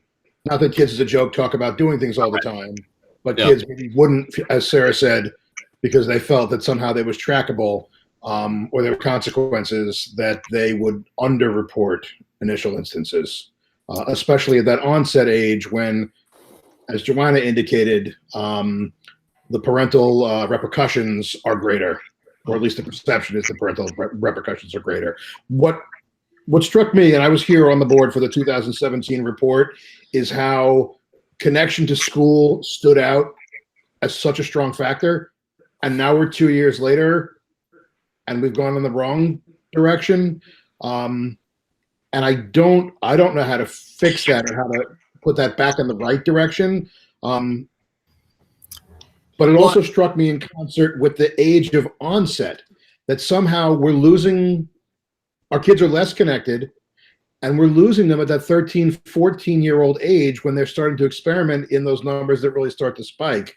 And it also struck me that those are years when curriculum is not as constrained as later years. I think the pandemic has taught us that a little bit, to some degree, that there is more time and there is more flexibility. I almost wonder if it's worth considering, in the same way there used to be a senior year experience in this district, that maybe when there's more time at the middle school level, it's worth considering some type of creative, larger project that can get kids involved with their school, thinking in a different way, and connected either as a group or to their teachers to bring them in at that level. So rather than feel disconnected at increasing numbers the way we're seeing and then start to experiment, we could try to address both problems at the same time at the same age. It seems like there's a link there. Yeah, and the low commitment to school, I did more digging on it and used Dr. Gorman's assistance with it, because it's speaking specifically almost to like what they're learning, not necessarily being connected to activities or feeling connected within the school, because a lot of our pro-social numbers were high. But I do think it's an area we could look at. We talked about it also in terms of periodically, and it's omnipresent, the idea of violence in schools, or kids who are not connected being more prone to lash out in various ways. But I think across the board, that lack of connection universally leads the wrong place. So I think that's really important. And just as a final comment, those numbers about the depressive symptoms of our students are striking and horrific. So I don't want to underplay that in any way. It is really, really concerning. I feel like as we're in the pandemic world, so everything does seem more stressful, intense, and fraught. But these kids took this in January. I wonder how they're feeling now. Yep. Yep. I to some extent, I want to echo Dave's point there, and I thought he had an interesting idea as well. But so clearly, there's a lot to be concerned about, right? The binge drinking numbers are extremely concerning.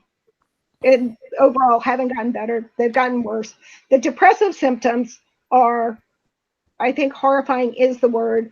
And I can point out that in the wellness committee, and maybe Chris wants to talk about this more, we had already started talking about if we needed some kind of screening tool for all students, just based on what was going on in the world prior to all this, like that the rates of depression in communities like ours and high schools like ours were very high, and there were ways to screen for that. So there's that piece. But I was struck in 2017, and I'm struck again now by these low commitment to school numbers. And even in 2017, given what this district says that we're trying to do, right, to have this many kids with scores like this on questions like, are your assignments meaningful and important? Are your courses interesting? How often do you hate being in school? Or how often do you enjoy being in school? Is this relevant? How often did you try your best? These are things that exactly what we've been trying to get at.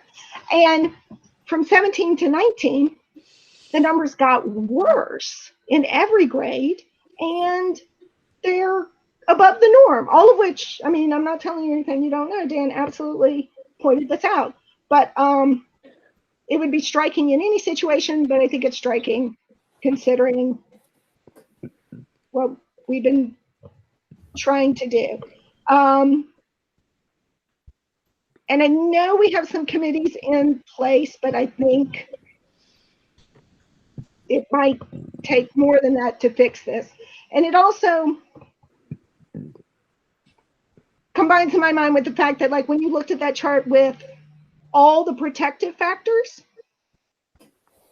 we were not in danger with regard to national norms, but all of our protective factors went down as well. So I think we need to really do some very serious thinking about, like, what has gone on in the past 2 years, all entirely before the pandemic hit. What's been going on in our schools, right? In the things we can control, because when you're talking about, even if low commitment to school wasn't a risk factor in the sense of what Bach Harrison is looking at, it's not what we want regardless. And while we can be very concerned about things parents are doing or whether siblings are doing, et cetera, how they feel about school should be something that we can really have an impact on. And it deserves, I'm concerned it deserves all of our attention at this point, because we all believe that that got worse. That's all I have.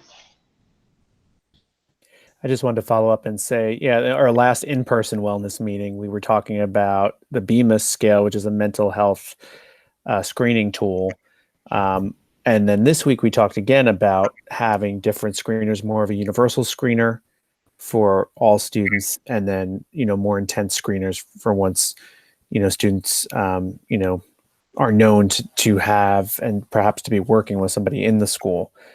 Treating it more like, and I know Dan is working on a mental health set of protocols with social workers and psychologists. He's starting that work in the next week or so. But we need to tighten up those systems. And I think, what I'm wondering is how we can get more information on the why behind students feeling disconnected. And that's certainly something that, we will talk to both the curriculum team and the principals about. You're going to have to talk to the students.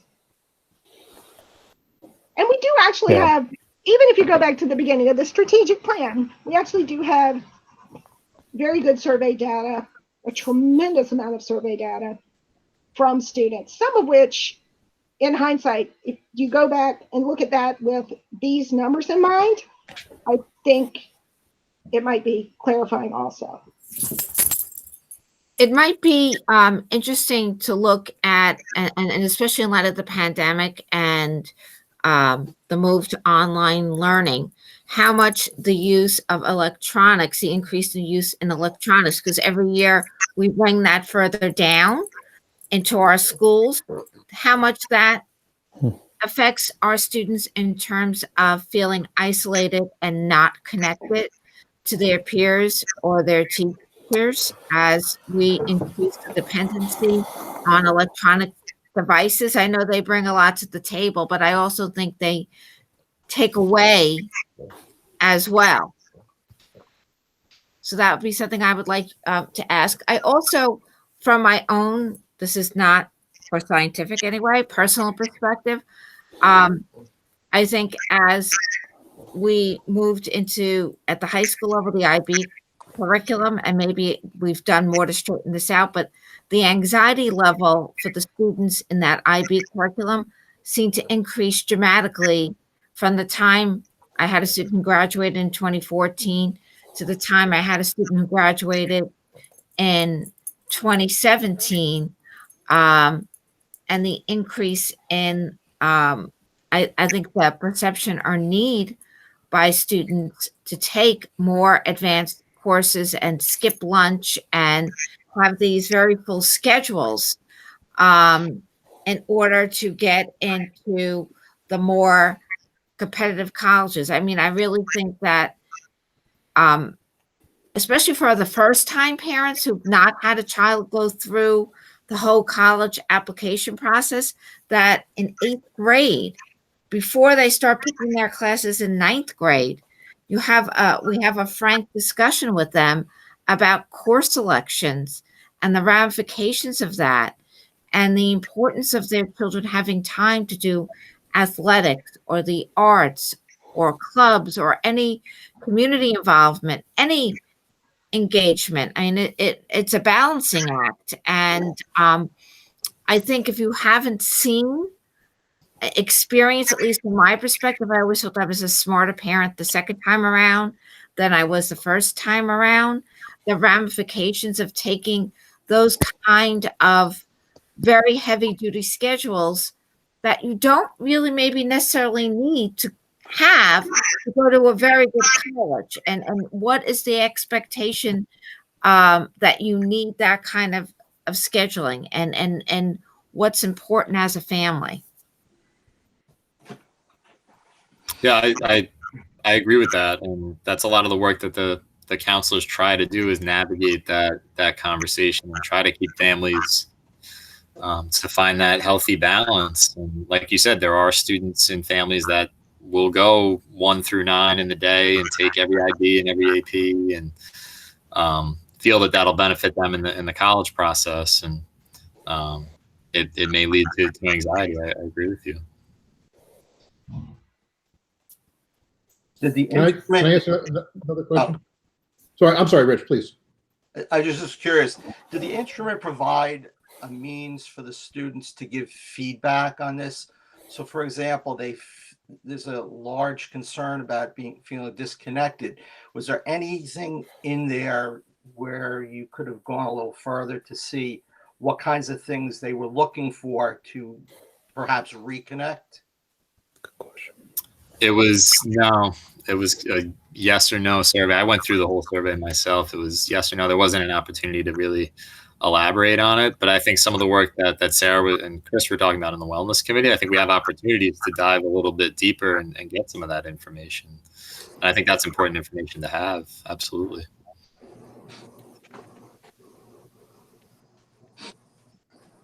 And I do want to think about not just giving kids skills or helping them make good choices, but thinking about the structure and system we have created and how that impacts kids.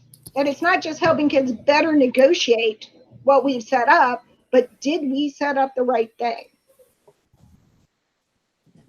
Yeah.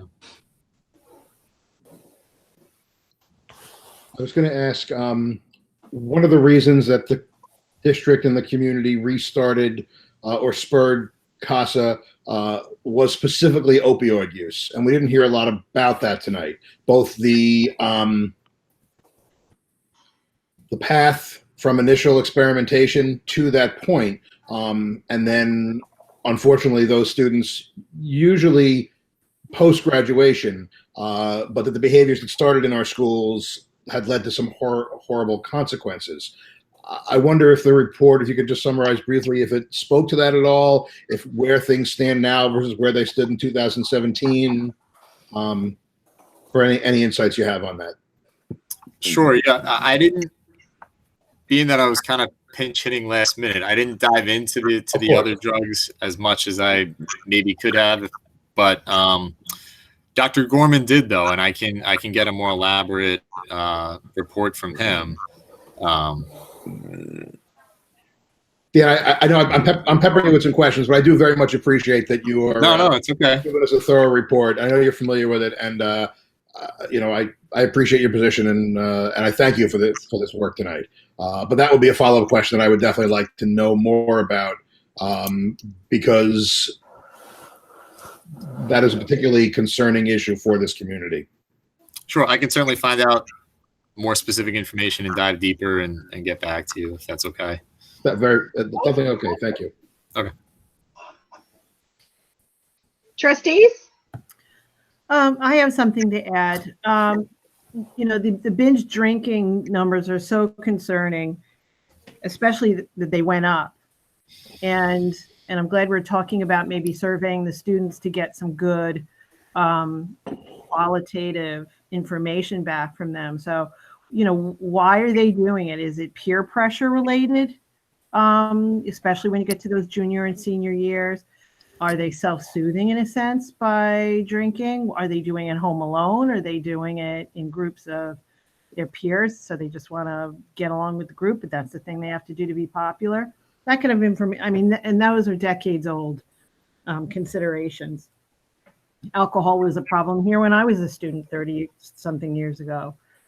And I think it's important that we're having the discussion of increasing education in the curriculum at the transition points.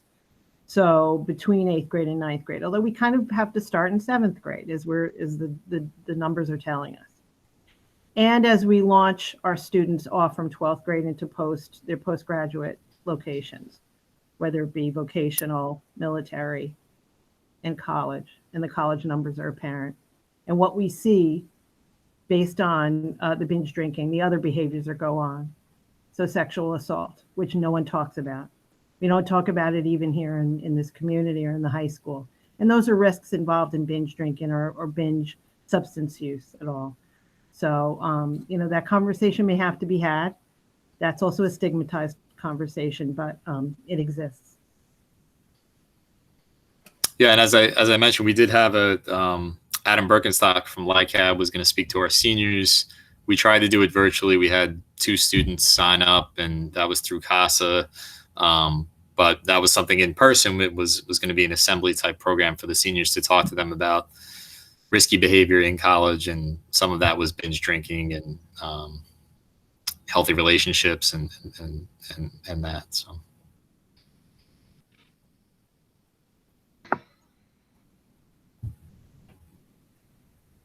Anything else, trustees? I just want to thank Dan for doing this presentation for us. I know it was last minute to a certain extent on the fly, but I appreciate it. And it's been great working with you on the wellness committee. You too. Thank you. And I'll join you on the mental health committee. So. Yeah. And I think the community appreciates it too, Dan. There was definite interest in people logging in tonight and being able to hear these results. So thank you. Sure. Thank you. Dr. Giarrizzo, anything else on this? No, just thank you very much. Obviously we have some work to do here. We'll have some action plans to develop to target the needs and come back to the board over the summer and the fall. Absolutely. Thank you. You're welcome. Good. Okay, trustees, ready to move on to our next action item? Thank you, Dan. Thank you, Dan. All right, we'll move on to action item C, which is the acceptance of the canvas statement and election results of the June 9th, 2020 budget vote and election of trustees. June 9th, as it will be forever known despite evidence to the contrary. Do I have a motion? Motion. Do I have a second? Second. Are there any questions or comments? I don't think it's the worst idea to thank Betty one more time. Oh, I was going to let everybody know and do it, but why don't you do it here and we'll vote and then I'll do it again. Go ahead. Thank you, Betty. I think that's really what I have to say. Great job, Betty. Professional, impressive. The way those hands were moving it was like it looked like one of those old cartoons where they don't have quite the right number of frames per second. So you're just seeing them move very quickly, but it was impressive. Nice work. And Must have looked funny with no sound. The whole process from when the governor basically, said, go, on my mark, to procure, print, stuff, mail, these 13,000 ballots and then get them. It is a tremendous effort. And we know the deadline was extended because so many districts had so much trouble getting ballots to voters in time. Our voters had ballots for a couple of weeks. It was beautifully done. We all owe you for this one. Thank you. Well, thank you. Thank you for recognizing that. I don't envy you though. I'm glad it's over. Not even in a normal year. But yeah, so we all hope that this is just one for the record books and never again. That's our hope. Never again. But don't say it quite like that. That being said, all in favor, please raise your hand and say aye. Aye. Aye. Are there any nays? Abstentions? Thank you, trustees. And as I indicated I would, I'd like to thank Betty for running such a beautiful election. Very fair and free. Action item B is the appointment of the additional election inspectors that we needed, given to the fact that we had 5,109 ballots returned. Do I have a motion? Motion. A second? Second. Questions or comments? All in favor say aye. Aye. Aye. Are there nays? Abstentions? Thank you, trustees. Action item E is personnel. Do I have a motion? Motion. And there was a second. Questions or comments? All in favor say aye. Aye. Aye. Aye. I think I got everyone, nays or abstentions. All right, action item. I will combine the next three action items, F, G, and H, which are the approval of resolutions between various units, side letter agreements. Do I have a motion? Motion. And I have a second. Trustees, do you have Second. questions here? All right, all in favor say aye. Aye. Aye. Aye. Great, we got everybody, thank you. Action item I is the approval of the Board of Education 2021 meeting calendar. There was a revision, so I'm hoping everybody has seen that. Do I have a motion? Motion. Motion. Motion and a second. Are there questions or comments on the calendar? All right, all in favor say aye. Aye. Aye. Thank you. That was unanimous. Action item J is the approval of budget transfers. Do I have a motion? Motion. Do I have a second? Second.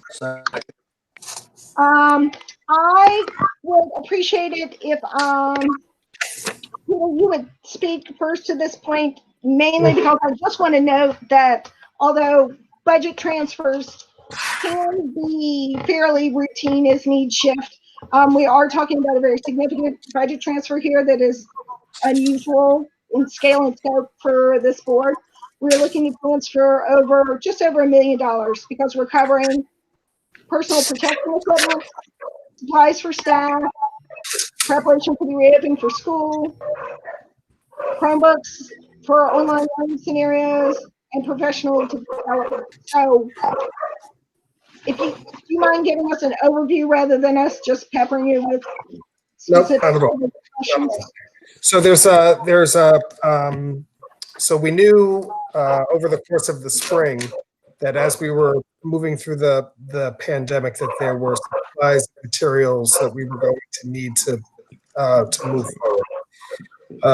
As we start to get towards the end of the year, we know that a lot of these supplies are going to be hard to get, and ordering them now is better than waiting to order them later. So, for example, one of the struggles that we had with technology from March until now was the availability of technology for students in K through 4. So we knew we were 5 through 12, we were 1-to-1, and a lot of our families did not have, not that they didn't have technology at home, but their technology was being used by their parents who were working or older siblings.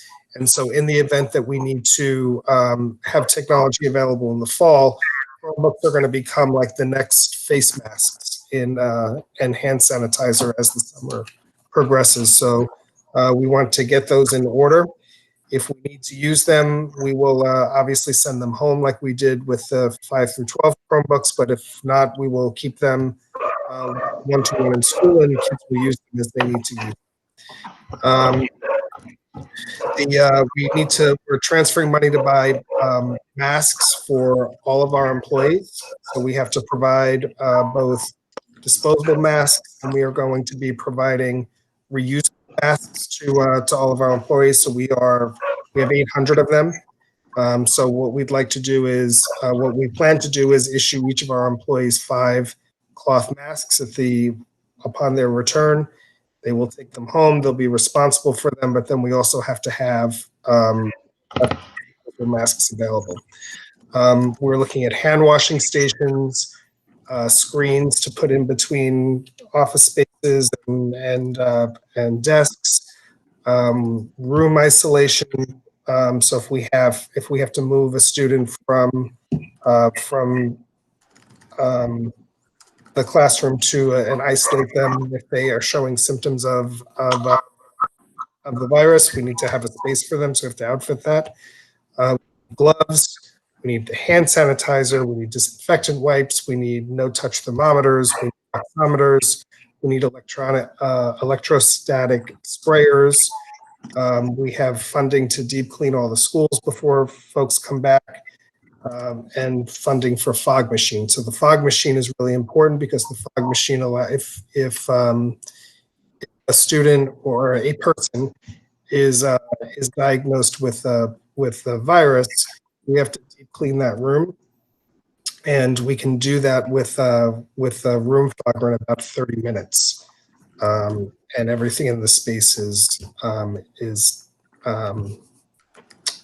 disinfected. We also these money will also support contact tracing training and various signage that we'll have to be paying attention to at the building. So there's probably more to come on this, but this is our best thinking now on what we think we could possibly need in terms of supplies that we can place orders for. The balance of the budget transfers have to do with the online learning that we contracted with through Columbia University. So that work a lot of the professional development is happening now. And then the part has to do with the Medicaid Part B insurance and reimbursements for that. Thank you. Trustees, do you have further questions?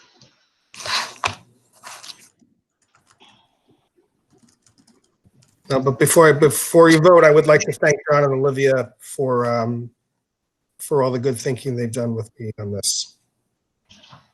I think that's very appropriate. Thank you for pointing that out. Okay, on the budget transfers, trustees all in favor, say aye. Aye. Aye. All right. That is all of us. Thank you. Action item K is our resolution to award an energy performance contract. Do I have a motion? Motion. Motion. Great. Motion and a second. Peter, this is another really large item. The good news on this is, and it's complicated, the good news on this is the people who put this together say that with the energy performance contract, and the details of this were really only discussed in some committee, so I would like however many people are watching to hear some of these numbers. Energy performance contract is supposed to reduce our greenhouse gas emissions by 42% and reduce our energy usage by 36%. It's correct. And the dollar amount by 44% of our energy. Thank you for adding that. So yeah. It's an important negative. It's important, but it's also a mechanism that's afforded to school districts and municipalities that people are unfamiliar with. So yes. Because I believe we have people watching, do you want to just describe the concept of an energy performance contract? Sure. And Olivia, I might, I'm going to ask you to unmute yourself so we can do this together. Okay. Energy performance contracts are designed to allow municipalities and school districts to put energy measure savings in place, right, to reduce their expenses. The project itself has to pay for itself over an 18-year period. When we were working through the scope of the capital project, the bond, over the past couple of years, a key priority for the community was to think about how to provide air cooling to our instructional spaces. We had been funding the air cooling of large spaces through the capital reserve and through the budgeting process, but due to just the sheer square footage of and the number of classrooms that we had, it's taken us many years to be able to cool all the classrooms. So one of a main priority for structuring the EPC, the Energy Performance Contract, was how can we structure the Energy Performance Contract in such a way that we can get the air cooling of all the instructional spaces in the district. So we put out an RFP. We had three bidders come in, and the result of the RFP was that we were looking at a company called Ecosystem. What they were able to accomplish is, because the window units that we use in classrooms, particularly at the middle school and the high school, are such a drain on energy, that replacing those units with cassette units, like the ones that a lot of us have in our homes, they sit up high, in combination with solar panels, we were able to convert the middle school and the high school completely to the use of the cassette unit. So with the exception of the hallways, all the instructional spaces at the middle school and the high school will be cooled.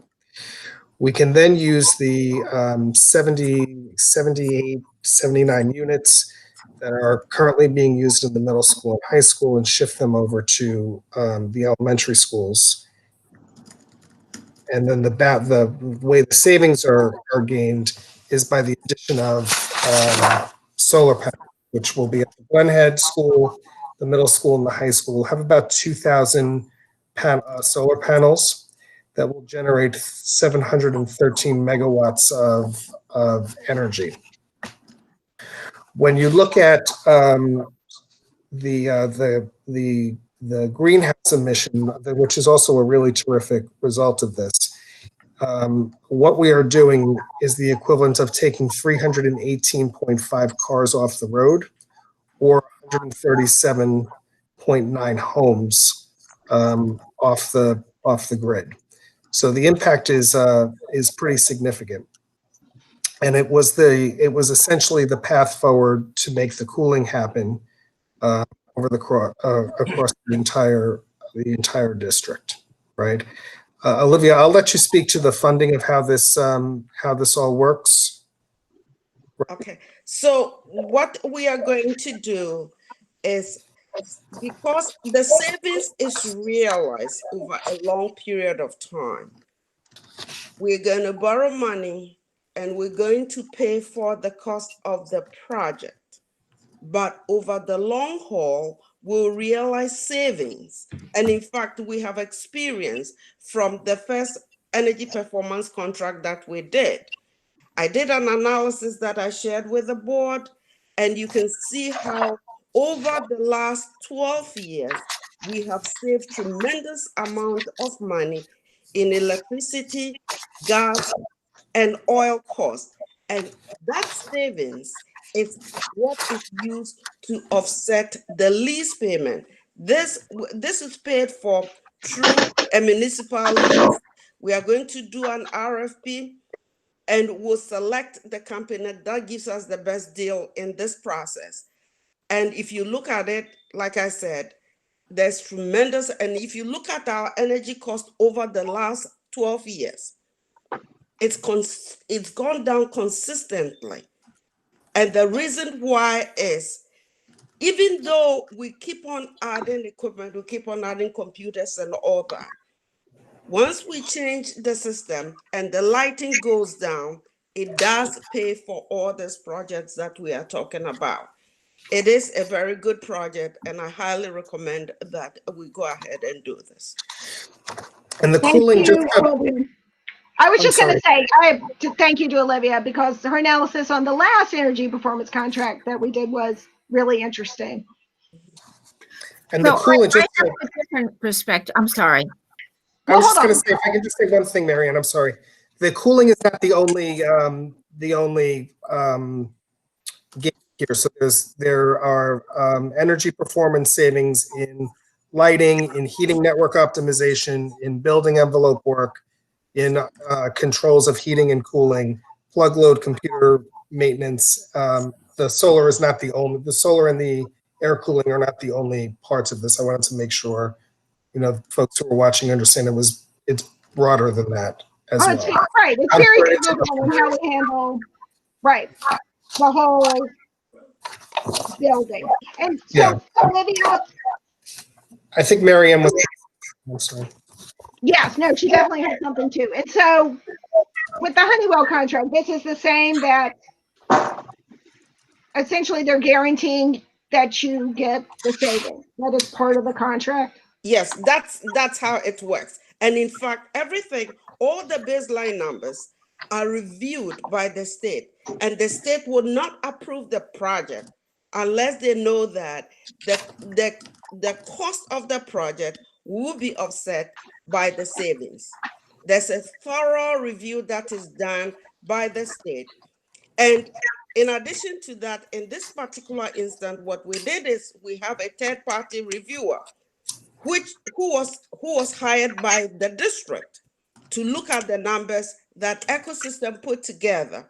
And they came back to us and told us, and yesterday I had a chance to conference in Trustee Galati, and he did share with us that he looked at the numbers and he doesn't think they exaggerated anything. So he thinks that over the long haul, we'll realize the savings that were indicated in the calculation that Ecosystem provided. Rich, I don't know if you want to speak. I know Marianne has a question too. However you want to handle it. Sure. Thank you. First of all, I had some questions that I presented to Peter about this, because there's no question in my mind it's a worthwhile project. It's just that I had concerns about the cost, where the money was coming from, and had a pretty major concern about the guarantees that we have, because although the state ed department went through and analyzed it, my concern was, what if Ecosystems goes out of business, in a relatively short period of time, and then we have problems with the system that put in place? What is our recourse at that particular point in time? And again, I appreciate Olivia, John, and Peter. We were on the phone for about 45 minutes yesterday talking about this. I felt better after listening to what they had to say, but I still, in the back of my mind, I'm very conservative in terms of these sorts of things, particularly when we're looking at the outlay of money that we're talking about. And yes, I understand that it should pay for itself down the line. Yes, I understand that environmentally it's a good thing for us to do. It's just that, as I had expressed this to them a couple of days ago, back last summer when we were talking about this, I had no issues with it. The issue I'm having now is the future right now financially is really up in the air. And I have some concerns about the costs that we're going to incur reopening, because we don't really know what's going to happen.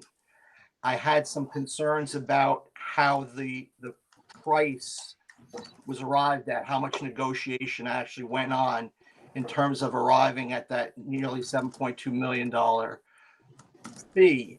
And again, the other piece I had were the assurances, because again, if all things go as planned, it's a wonderful program, but there's no guarantee that that's going to happen. And again, I don't know that it won't happen, but I'm trying to err on the side of caution right now.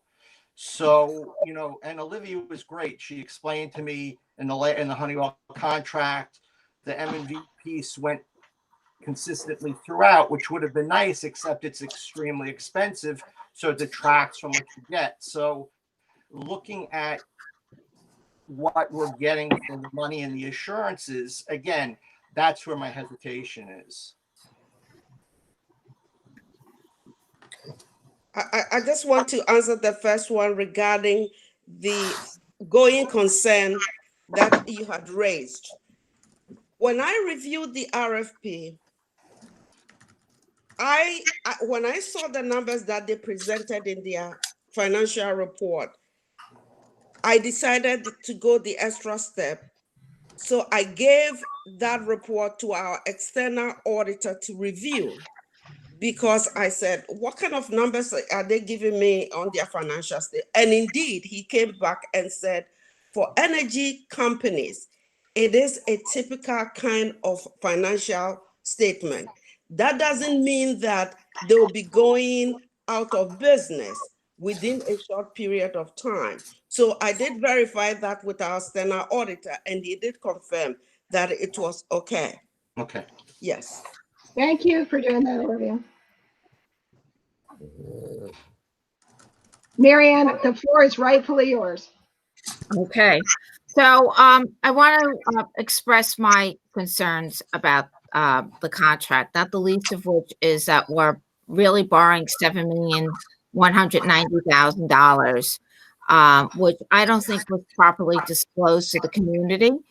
But I really want to back up and start with the RFP process. So the RFP process included the air conditioning.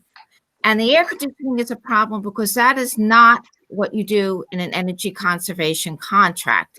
So the payback on the air conditioning is 130 years under the RFP numbers. What gets you in the 18 numbers are the traditional energy conservation projects that are included that we could have done without the air conditioning on a much smaller number.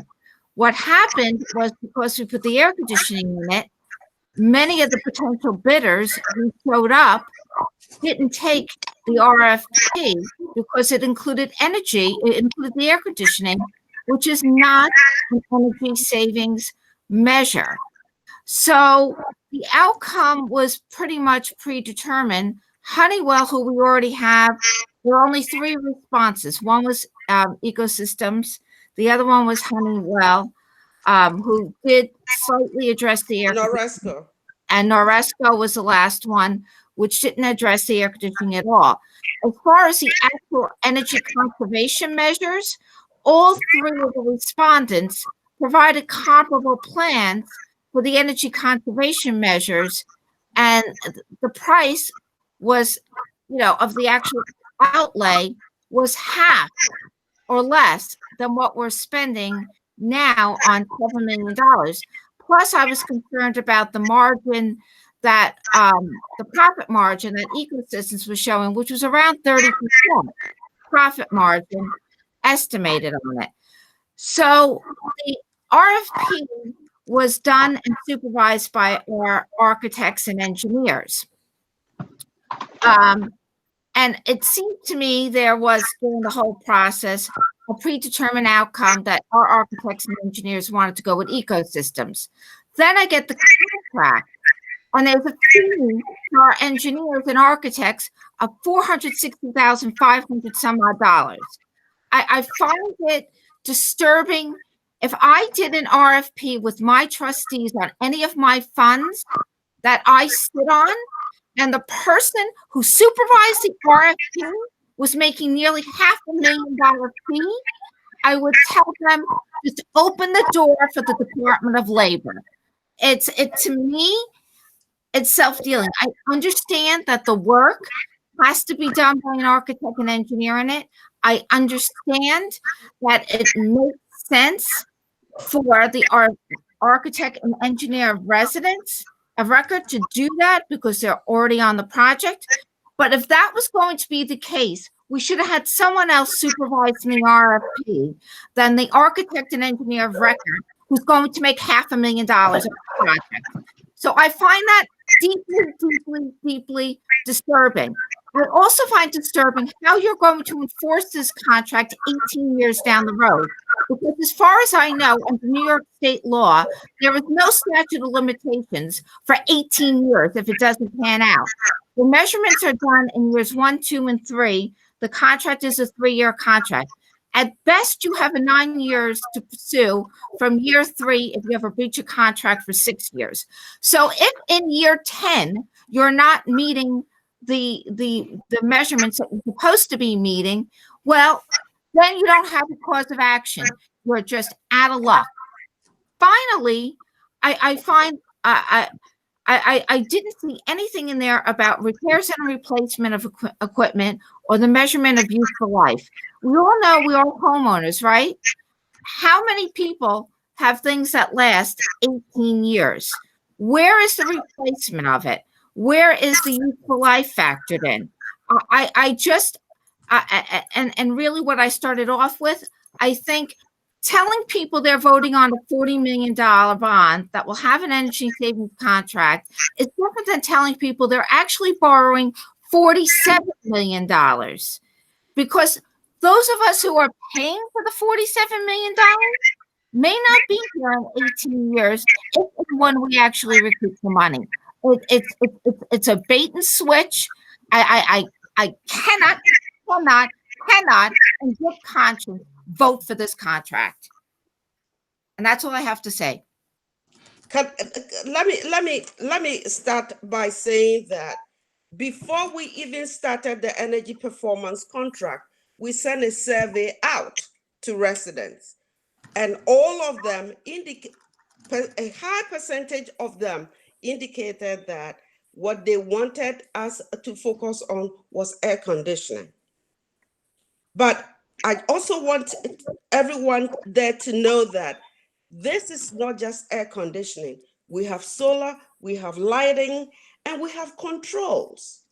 Yes, it is possible that the air conditioning may have a shorter useful life. However, we have controls. We have solar panels that are 20 to 30 years useful life. And regarding the 18-year payback period, that is also guaranteed. If they don't meet that criteria, they have to pay us back. And how are you going to sue them, Olivia, 18 years down the line? We are in a 12-year period. I don't want to engage in a back and forth, but we are in a 12th year of a Honeywell agreement, and they've never had to pay us back. And you know what? Can I ask a question about that, Miriam? Can I ask a follow-up to Olivia's statement? Yes. Olivia, when you say we're in the 12th year of the Honeywell contract, and Miriam was concerned that we could hit year 10 of this new contract and find that there weren't savings and have no recourse.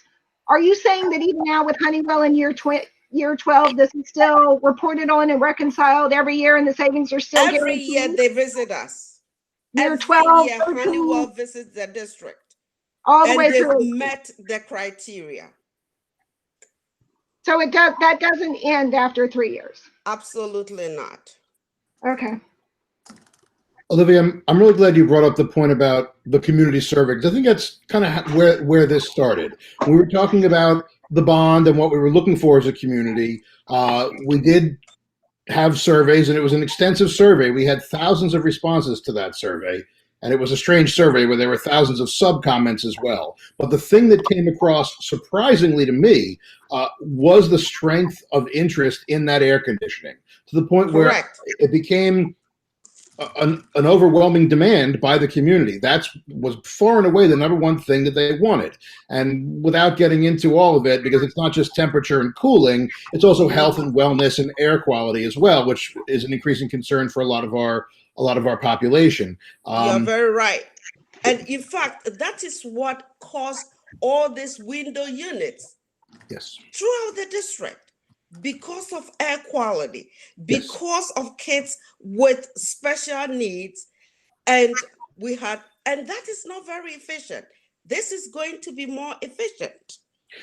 So we have to take that into consideration as well. And I think this is the end result of the district, in consultation with the board and committees and professionals, trying to come up with a solution of how we can get that. And so Marion is correct that a traditional EPC would focus on exclusively savings. But in this case, we were working into a situation where we wanted to find a way to make the air conditioning work. So we got this proposal that through the other savings, which are going to make us greener, reduce our emissions, et cetera, have those controls, which I thought was really clever, that you can control your lights, you can control your locks, you can control your energy usage, your temperature from afar in real time to really maximize that all the time. Very, very, very clever to me. But I think the community was clear in speaking about that, and I hope that the community felt that we informed them properly. I know the $7 million investment number was a question I asked at a public meeting because I was curious about where that would come from, and you offered that it was covered in the initial borrowing, which is, of course, what we're seeing right now.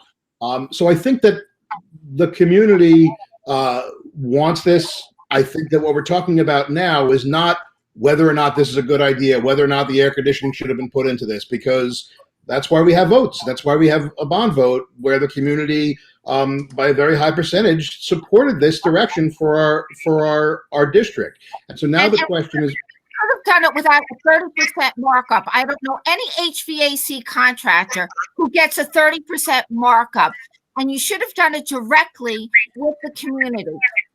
This is just a bait and switch. I have no problem with putting air conditioning in, but for appearance's sake, you wanted the bond before under $40 million, and you manipulated the process to borrow another $7 million that the community was unaware of when they passed the vote.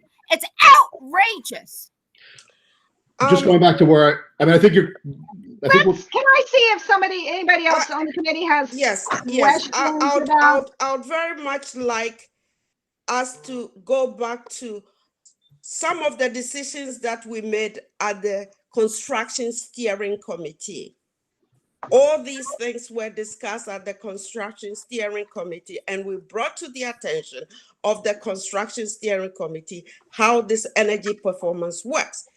And for the record, I'm on construction steering. Who else is on construction steering? Correct. Right. And the RFPs were brought to the construction steering committee, and it was evaluated by members, trustees on the board as well. So we should always get the background information when we make these kind of statements. That's what I'm trying to say. Let's take it down a notch. We have trustees that haven't had an opportunity to speak at all. It is a complicated instrument. Dave, Mary Ann, and I have been on construction steering and have talked about this for a long time, but other trustees who are coming to this may have questions as well. Other trustees, do you have any questions or comments?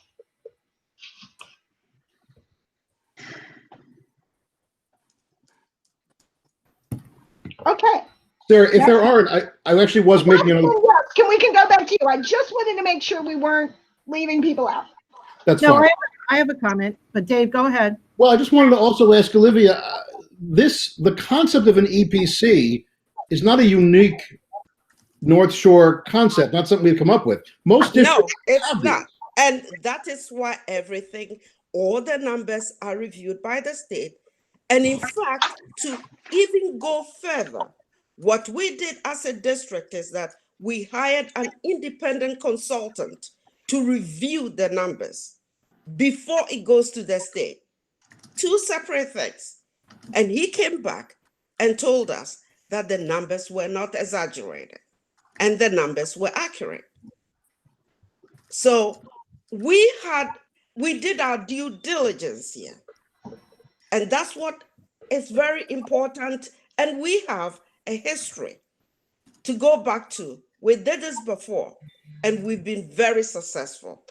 If you look at the buildings and grounds budget over the last couple of years, because of these savings, the buildings and grounds budget has remained relatively flat over the last couple of years, because we were paying $733,000 in electric bills in 2007. Now it's down to just close to 600,000, even with inflation built into it. So we've been doing very well, and we've realized the saving. And the savings is what is used to pay the energy lease. And remember, what we did with that project is one of the projects we did was the high school boiler. If any of you have been to the high school boiler room, it's a gigantic place. And that boiler is supposed to have a useful life over 50 years, up to 50 years.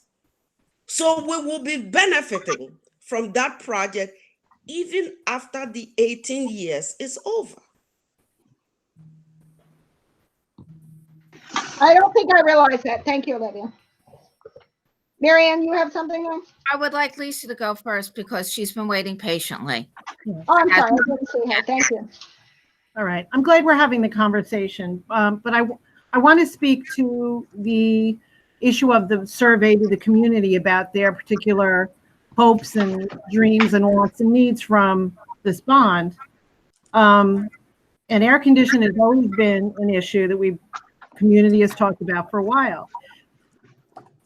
We have a very sophisticated community, but I don't think people responded to the potential to have air conditioning and the bond and its related insertion into the bond, having any clue that it would be related to an EPC. I think the EPC is a separate issue for people to understand. It may not have been public enough, I believe, but for the typical resident, yay, air conditioning. We want to have a healthy environment for our students and our staff. I'm going to vote for that in the bond. I think it's an important thing. And we as a board, when we came together to finalize the construct of the bond, we all believe that too. Secondly, I just received today an email with all of Marianne's inquiries and the answers to them. Right now, personally, I don't feel comfortable voting one way or the other on this resolution without digesting that a little more deeply. I'm not on the construction steering committee. I just want to say that.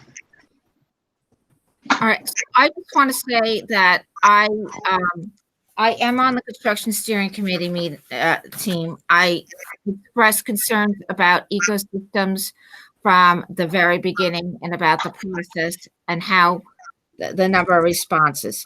The warranties on the equipment are only the warranties of whatever the equipment is, and ecosystems is only giving us a 2-year warranty.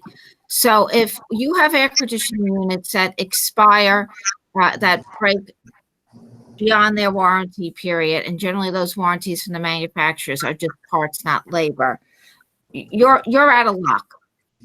And ecosystem is only warranty under the contract is only 2 years. So you know what? I have no problem with cooling. I just think we were not upfront with the community about it. I don't think the community fully understood. We didn't even have a real number for this. And as I said in the beginning, you could have reduced the carbon footprint and achieved these savings. The controls, the solar panels, all of that, everyone who responded, you would have, if you didn't put the air conditioning in it, have gotten a greater number of respondents, and you might have gotten the green reductions with the energy controls, the controls, the boilers, the solar panels at a much cheaper rate than we're paying ecosystems. So let me address your question about the warranty for the 2 years. Yes, in the agreement it says it's warranted for 2 years. But when we spoke with M&E yesterday, with trustee, when we conferenced in with trustee Galati, he stated that this is typical for most construction projects. In fact, if there will be an issue about any of the equipment, you are likely to see that issue come up within the first 2 years. And in his professional opinion, and he did state to us that he's been working on energy performance contract over so many years, about 30 years, he has never seen any contract where the warranty is extended between over and above the 2 years. But in order to protect the district, I called Ecosystem today and say, will you be willing at a future date, when the 2 years expire, to give us a maintenance agreement? And they said, yes, but it will be for a fee. Of course it will be. Which is similar to what we are paying Honeywell at this moment. Well, the difference is $50,000. when you're talking about controls and solar panels, they have a longer useful life than air conditioning. That's exactly. You're not as concerned about the warranties as you are with air conditioning.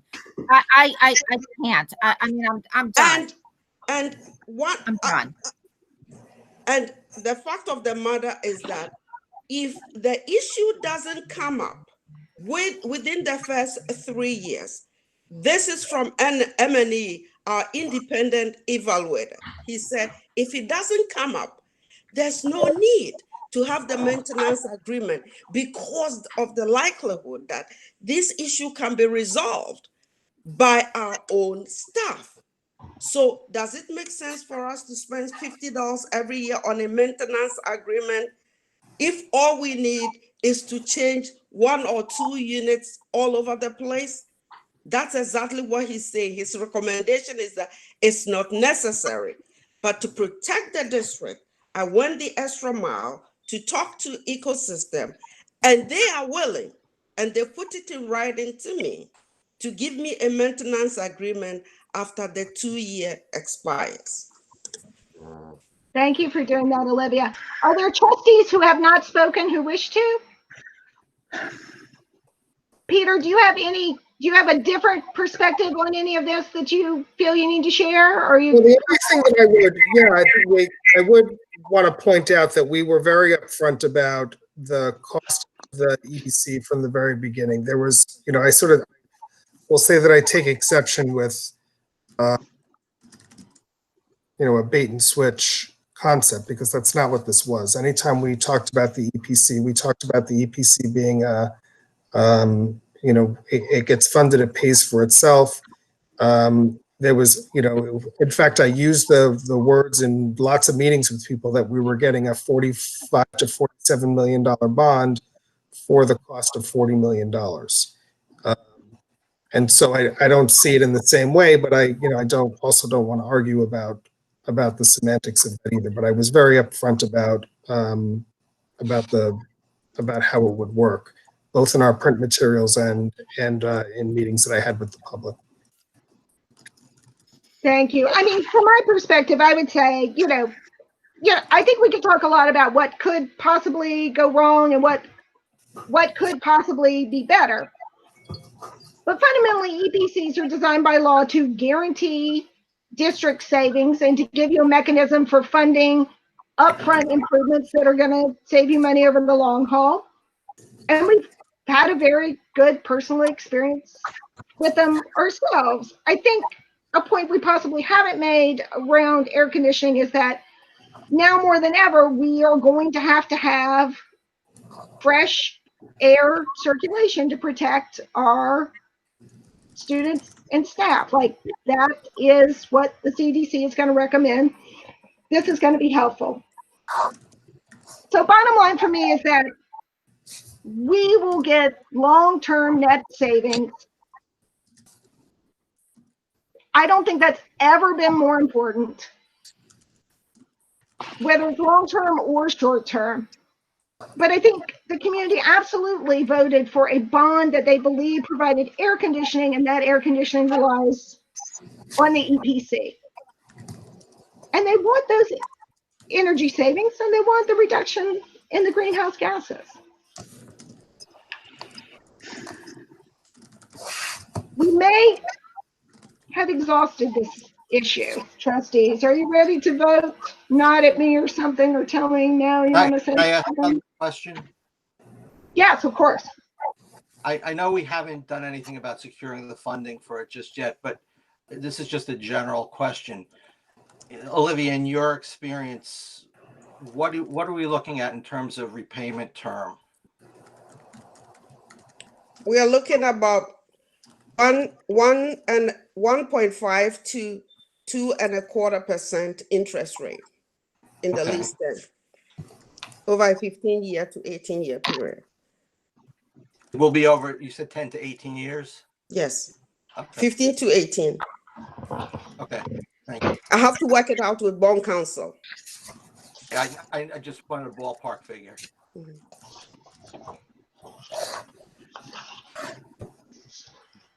Ready to vote?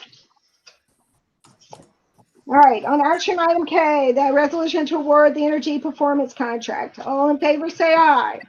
Aye. Aye. Aye. Thank you. All opposed, say nay. Nay. Nay. Anyone abstain? Anyone not voting? Anyone abstaining? Okay. Thank you, trustees, for your diligence and the time you all spent looking at this issue. I really appreciate it. Action item L is a second resolution with regard to the energy performance contract. Do I have a motion? Motion. A second? Second. All in favor, say aye. Aye. Aye. Aye. Aye. Are there nays? Nay. Nay. Anyone abstaining? Thank you. Action item M is the approval of the resolution authorizing litigation. Do I have a motion? Motion. I think there was a second. Questions? All in favor say aye. Aye. Aye. Aye. Aye. Are there any nays? Abstaining? Thank you. Action item N is the approval of the agreement between North Shore and Denise Longobardi. Do I have a motion? Motion. This is for claims auditing services. Sorry. Is there a second? Second. Questions? I have a question. Trustee. We had brought up previously that, although we obviously are, I don't want to predict anything, but I'm sure this one's going to pass, but that there is a cycle for RFPs. Olivia, where are we with this one? Yeah, this is the second year of her second year term. Okay. So we'll be RFPing at some point later this No, she has 4 more years. She's beginning the second year of her second round. Oh, sorry. Second year of the second term, which is a 5-year term. Yes. Thank you. Other questions? All right. All in favor say aye. Aye. Aye. Aye. Any nays? Abstaining? Thank you. And related is the action item O, approval of the claims audit reports. Do I have a motion? Motion. A second? Second. Questions? All in favor say aye. Aye. Aye. Aye. Nays? Abstaining? Action item P is the award of general AC ventilation and refrigeration repairs and services cooperative bid. Do I have a motion? Motion. Second. This is, we participate in a lot of bids cooperatively with other districts. This is the one where we were the lead district. So thank you to, no doubt, the business office and to John Hall for securing a lovely rate on this. All in favor say aye. Aye. Aye. Aye. That looks like everyone. Action item Q is the award of the 2021 cooperative bids. So the other bids, do I have a motion? Motion. Second? Second. Second. Questions? All in favor say aye. Aye. Aye. Any nays? Okay. Action item R is the approval resolution to authorize the transfer of funds to the food service account in conjunction with the meal program that we're running. Do I have a motion? Motion. Motion. And a second. Questions? I'll point out, because it's somewhat relative, relevant that the governor did indicate that we need to serve meals over the summer. So thank you for planning for that as well. All in favor, say aye. Aye. Aye. And that is all of us. Action item S is the approval of health services contracts. These are our students in private schools where we're providing health services. Do I have a motion? Motion. And there's the second. Questions? All in favor, say aye. Aye. Aye. Thank you. Okay, this brings us to action item T. I'm going to combine action items T through GG. These are all special education services where we are contracting with providers for required services. Do I have a motion? Motion. Do I have a second? There was a motion and a second, I think. Does anyone have any questions? I'll give you a second to flip through. T through double G.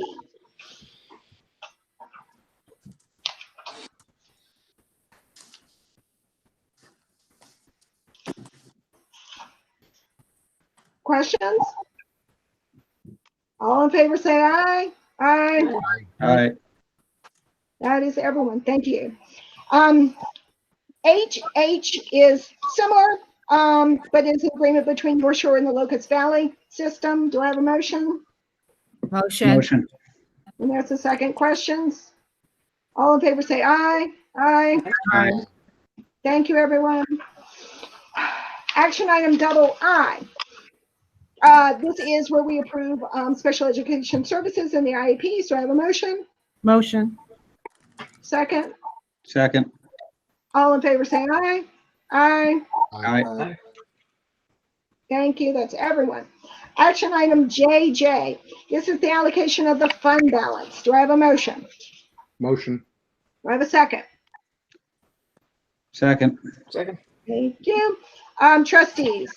I wouldn't be surprised if there are questions here. Olivia gave us a very extensive backup on this. Thank you, Olivia. We really appreciate that on how we got to this point and what she thinks we should do moving forward. But do we have any questions? The floor is yours. The only question I have is just if Olivia can explain procedurally, because we're not quite at the end of the fiscal year, just the timeline of how this works exactly. Some of these numbers we are going to encumber and put it in and roll it over in a purchase order to next year. But it is likely that when the auditors finish their report at the end of the year, there are so many adjusting entries that it may go down, it may go up, and then we'll tweak it a little bit. And in fact, I have a little language at the bottom which says any excess fund balance after the audit will be placed in XYZ reserve. So we take care of that. Thank you. I think it's important for the public to know that we're not, June is not over yet. Correct. It's not over yet. And this is recommended by the auditors. Okay. Thank you. Other questions? Okay. All in favor, say aye. Aye. Aye. That is all of this. Thank you, trustees.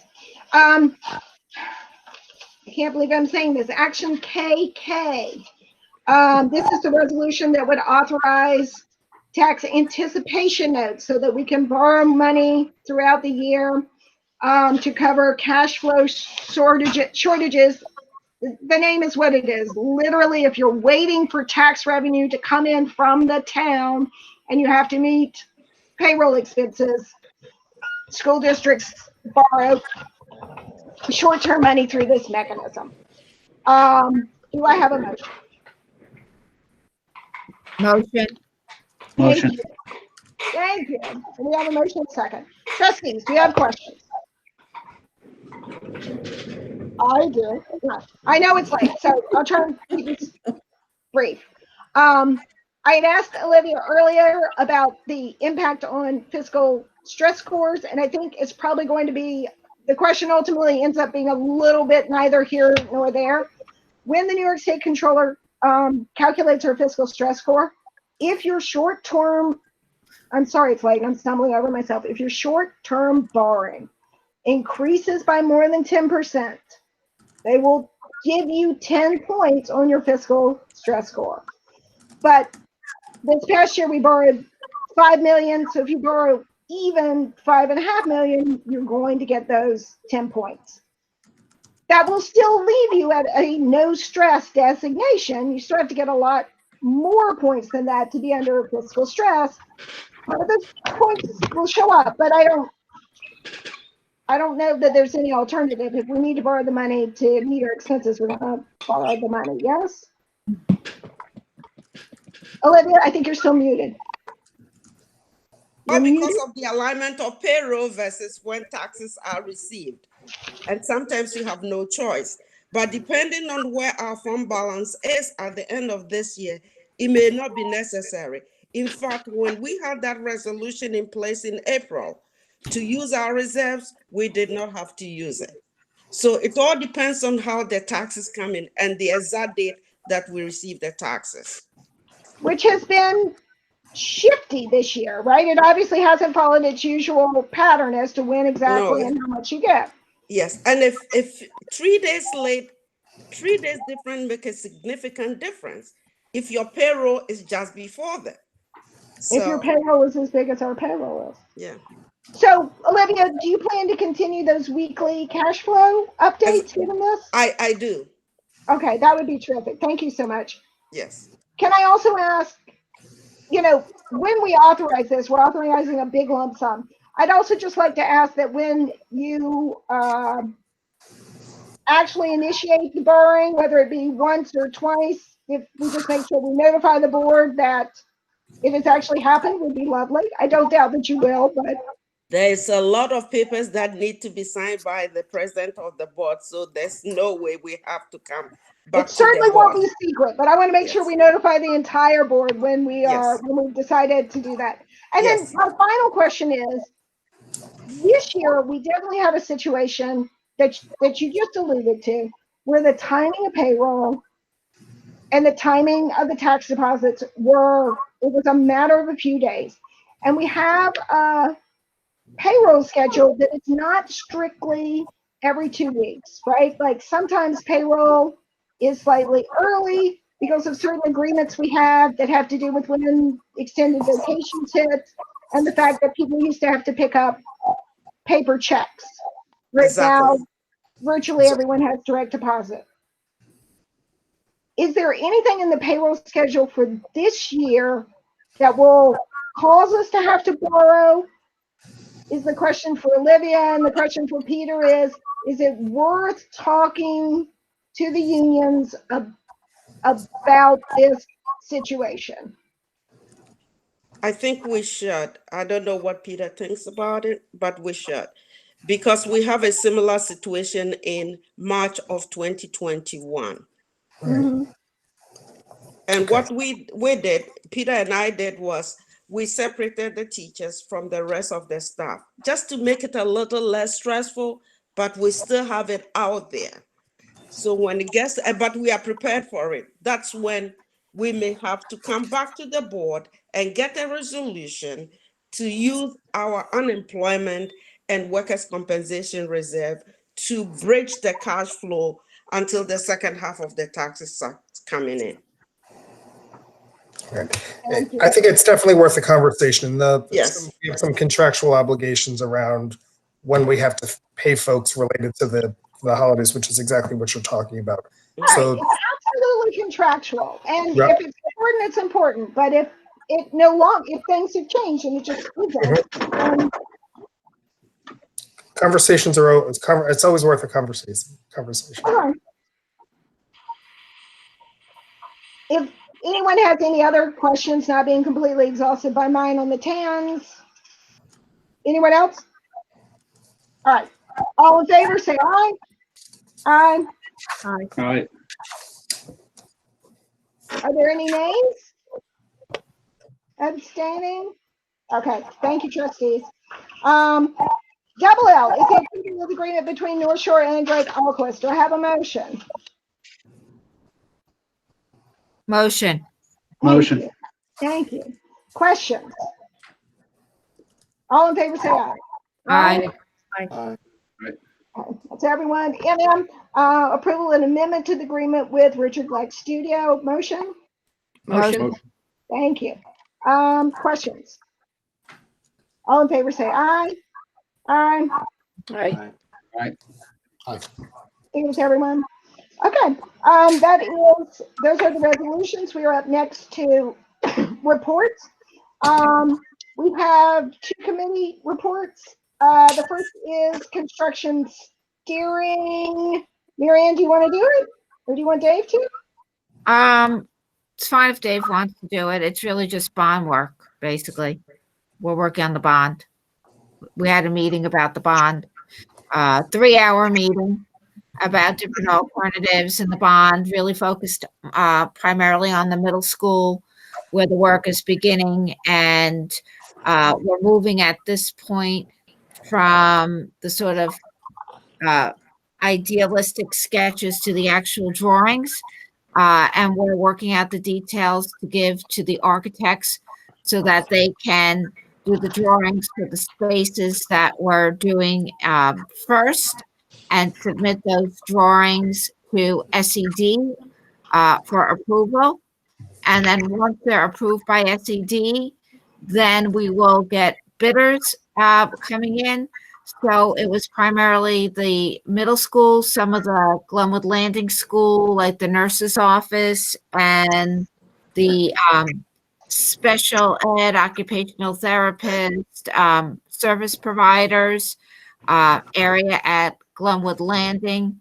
That was the bond work. There will be other work, unless I missed something. There'll be other work at the high school at the front end, finally, that we're planning on.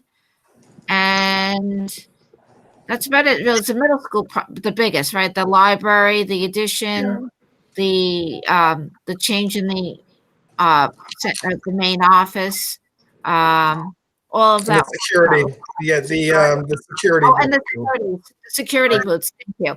At Glen Head, Glenwood Landing, Seacliff, we had a big discussion about Seacliff, about the drawing on Seacliff and the ADA access. So we're going to do at Seacliff probably something similar to what we did at Glenwood Landing, which is to keep the ADA access at the side, not at the front, because it just proved to be too expensive and onerous with the way the Seacliff School is laid out to do a front entrance ramp with an elevator. It just got very complicated. So yes, all the security booths at all the schools. Thank you. You're welcome. Thank you. If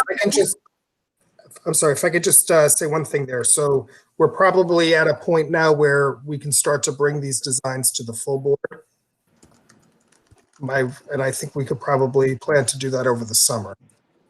So you can start to see how these plans are coming together. Tomorrow is still a big deliverable date for the architects?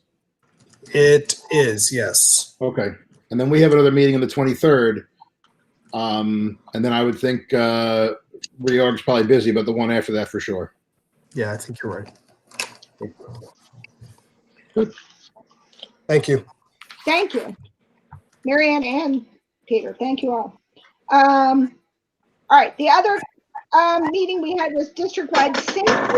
And really, I plan to try and stick Rich with this report mainly, which he's very agreeably nodding to. There's something from the beginning of the meeting though that I wanted to talk about because it resonates with what Peter was saying in the superintendent report, which is we had a very significant discussion with Alteris and with Olivia, they're both help with the security side, but they're also helping with this pandemic planning side. And it was both a discussion that was completely overwhelming and very reassuring in the same moment. It was overwhelming in the sense that the amount of work that has to be done in every single room of our 250,000 square feet of buildings on the level of physical surfaces and air circulation and the social distancing is astonishing. And I think Olivia was very articulate about the support and the help that we need, and just needing people to be able to do this. On the other hand, the fact that Altura seems to be compiling some really significant resources, right? Google Doc checklist, training programs, outreach pieces for the community was helpful, right? How are we going to get everybody trained? How are we going to communicate this? And so there was all of that, and it brought up a couple of issues, one in terms of the board and one in terms of the community. With regard to the board, when we were talking about this planning and we were talking about the district safety plan, there are new pieces of our safety plans, these written legal documents we're required to have that exist on the building level that have to have added pieces on pandemic planning and the continuity of instruction, right? And to some extent, some parts of building safety plans are not necessarily public because of what they might reveal, whereas the district-wide safety plan is not. But I think we have some real policies in place at the building level on pandemic planning and continuity of instruction that the board is unfamiliar with, completely unfamiliar with. Even if you're on the district safety committee, you have no idea what those say. And so I think it is extremely important that the board be informed of what those plans are. And I mean, before school reopens. The other piece of it that became very clear from this was everyone's reaction to the amount of information that we received at that point, I think, was very positive. And what a lot of people took from it was, please tell the community more about this. They were completely understanding that there were many other things that we had to deal with up until this point, but they all felt, and there were 4 or 5 community members, I guess, at the meeting, all very clear about, like, this information needs to get pushed out for a variety of reasons. People want to know, people need to be reassured, people need to make informed decisions, and likewise, people need to know what the school district is doing. Rich, I hand it over to you. You may edit anything I said and add at will. Yeah, you hit upon pretty much all the high points. There's so much that we don't know and so much that we have to plan for that we don't know. So one thing we actually did decide is going to continue our meetings during the summer, where normally we resume in September. So we will be meeting during the summer. And as more information comes to light, we'll be acting on that. Altaris is a great resource in terms of providing information to us and culling through what will be important specifically to our buildings. I mean, a point that came out that's, being batted around now is when we were looking at safety of the buildings, we went to a single point entry. Now, based upon what's happening with the virus, that's maybe not the best route, because we want to try and keep students in a little bit more direct access to the places that they have to go. So we're going to have to rethink how we're going to be having people come in and out of the buildings again. So that's going to be kind of a major issue that we need to deal with, and among other things. So, I mean, we're on, technically, I guess we still have the district-wide plan is going to be at the hearing. The hearing will be in July, although I don't know what form it's going to be in by then. And it has to be submitted to the state in October as of now.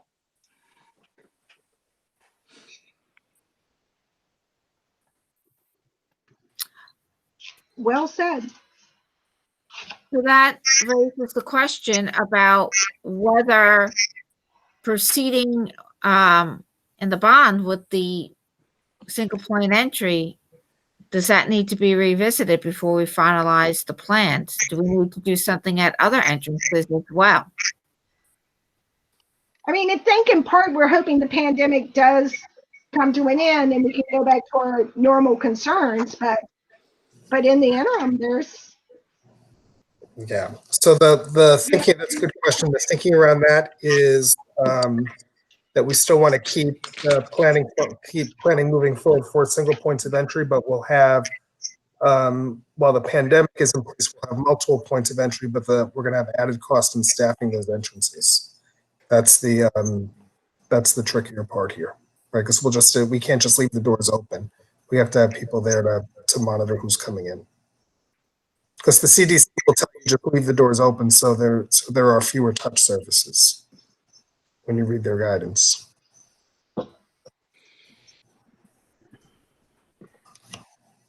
That's just impossible. Pardon me?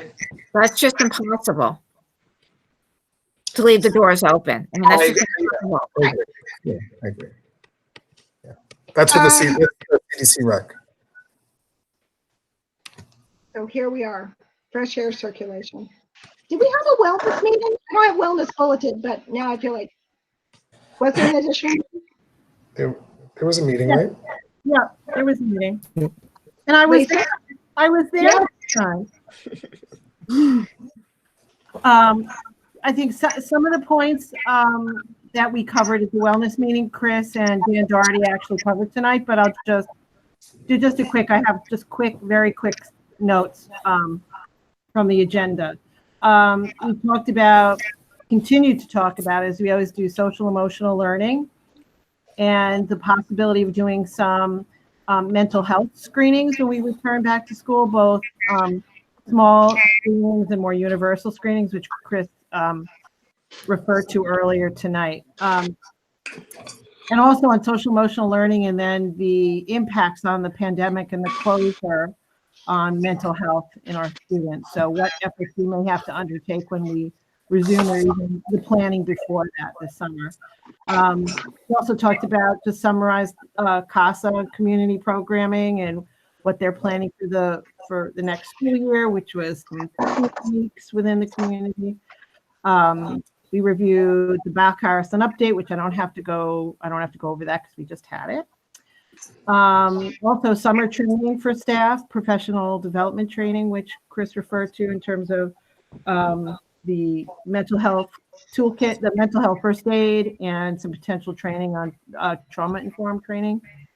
And those are potential summer opportunities for our staff.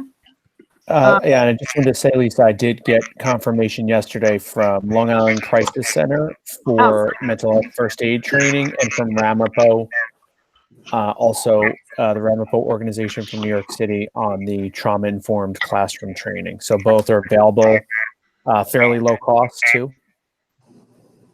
And I think we'll get a lot of folks trained, and then we can turnkey into the fall. Right.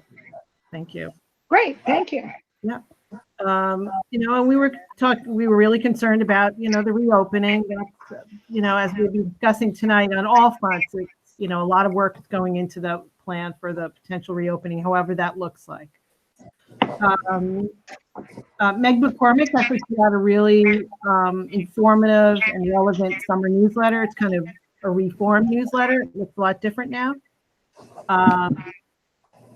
What else did we talk about? Oh, the physical education app that has different resources for meditation, mindfulness, based on, skill levels, and it's going to be updated throughout the summer for people to access. And that was about it. Did I miss anything, Joanna? Because I don't have your mic on. You got it. I got it? Good job.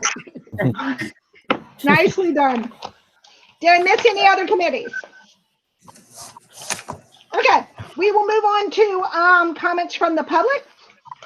Public, we regret that we can't be with you in person. We encourage you to email the board at any time.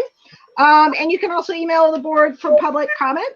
And this evening, we in fact do have a public comment. So I will that we received by email, so I'll share it to you with you. Board of Education and Superintendents. This is from Lisa and Hal Cashman of Seacliff.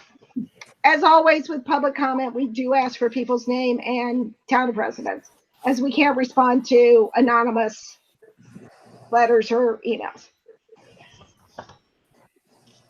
The letter is, in the wake of the recent civil rights momentum and increased awareness of systemic racism, I feel compelled to call upon our district to more actively and demonstrably address what can be ostensibly named as our biggest weakness as a school district, the lack of racial diversity. Anecdotally, as we parents introduce books with the concepts, including the history of segregation, our children are sometimes confused and have asked why segregation still exists today in our schools. We owe it to our kids to investigate all of the ways we can change our trajectory with no idea of table until we uncover a way forward to pursue. Another area is that within this administration and board's control is improving the number of best-of-breed faculty and staff who are also BOPOC. Public School Review states that we have 7 Black students in our entire district. I can't fathom what life must be like for those students. It's certainly not reflective of the nation or New York. Where should they turn for support? A white guidance counselor? I have heard anecdotally from previous graduates that having even one teacher to relate to was very meaningful, and that the teacher often acted as a de facto counselor with respect to race issues in our district. Are these teachers of color getting supported appropriately for these efforts? I am not, nor do I claim to be, an expert in the nuances of affirmative actions in academia. I don't suggest there are easy or quick fixes either. However, I do believe deeply that there is a path to be carved and followed here if we have the imagination and desire. Please let me know the level of community support that you'd like to see towards these efforts. Would an email campaign from parents and community members help prove these are wanted initiatives? I have no doubt there will be pushback as well. There is a reason why it's 2020 and race issues are still being discussed and passionately challenged. I see tremendous opportunity for North Shore and hope you do too. Thank you in advance for your consideration. Hal and Lisa Cashman, Seacliff parents, and there was a follow-up addendum that said, please allow a short follow-up message to the note that I fully appreciate the fact that opening a school district safely during a pandemic is a heroic undertaking. The timing of the Black Lives Matter and related anti-racist movements are not mine. Despite the incredibly difficult timing, I came to the conclusion that urgency exists. There is support for these efforts at this moment where previously there was not. And finally, the overall benefits of addressing the below outweigh the challenges they present. And that is, as far as I know, the one public comment that we had. Did anyone else receive an email labeled for public comment? Right. That is public comment.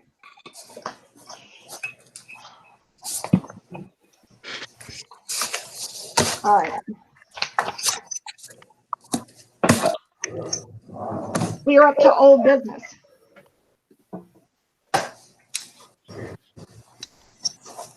Is there any old business? The board had asked Chris to compile information about professional development. Rich went to every corner of the earth to pull together some of that information. It was very, very impressive and very thorough, which I appreciate. That said, not that I want to assign more work, but I would like to ask if it's possible to compile a summary of the total for each year and just give us a comparison to where we had budgeted to understand if we're budgeting appropriately, if sources are coming from different areas to help us understand that piece. I think that the work you did so far is the toughest part, and I appreciate it very, very much. But that last piece would give us what I think we need. Part of the issue was, I might have mentioned this earlier, we don't have My Learning Plan, professional learning management, which is a centralized system that organizes all that. We're planning on, that's on our LOI for BOCES to bring that in, low cost, but just something we should have. So we'll be able to accrue that information more coherently in the future. Well, you may have done it manually, but it was very coherent. I appreciate it. Thank you. It does live everywhere. I mean, that's one thing I learned is it lives in so many different places, building budgets, central office budgets. Yes, that was clear. Thank you. Old business? All right, moving on to new business. Do we have new business, trustees? I have a question. Yes. Do we have any idea, a good estimate of how much the summer enrichment, the learning enrichment may cost? Maybe removing the special ed ESY and BOCES, the additional programs we're seeking to offer for enrichment. You know, at least I haven't run the projections on that yet, because we have to look and see at the enrollment. Because right now, so we've had, I think, about 400, 500 parents respond to the survey. I suspect that we might get more students once it goes out, and then we'll have to figure out how many sections of things to run. But the instructional rate is in the contract. I'd have to look at it right now. It's hourly. It's about $97 an hour, I think. That's the same as the summer school rate. Okay, so a course would be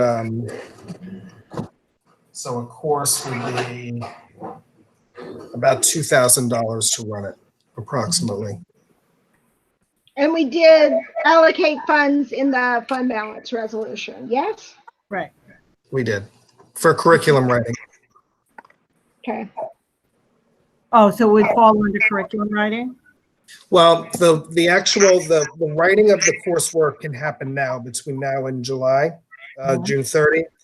The actual teaching of the running of the courses, because that happens after July 1, that has to be out of the budget cycle. So for equity, I have a couple of questions. Sure. Based on the year-end assessment, if there are any teachers who recommend certain students maybe would benefit from some of those enrichment courses, to either, catch them up if they showed some decline over the remote learning months, and that they would benefit greatly prior to the incoming or the start of school in September. There be any way to prioritize those particular students for certain offerings? Our goal right now is to accommodate everybody. So to the extent, and once we have a better sense of the scale of this, then we'll be able to make some decisions. But in order for this to work, it has to be available to everybody. Right. And then we can pay for it. So, but we have identified students for some of these more targeted programs. Yeah, targeted, academic support programs. Right. So what if there are some special ed students that would enjoy and benefit from maybe the practice that some of those, like a book club, for students who are, need some more practice with their reading in a small group. I'm sure it's going to be a real challenge to schedule these things, especially the ESY kids, based on availability and whether they're going to do it in person or remotely. I'd hate to see some of those students not be able to enjoy the other enrichment opportunities that are there outside of their typical services that maybe their summer IEPs are. Yeah. Once the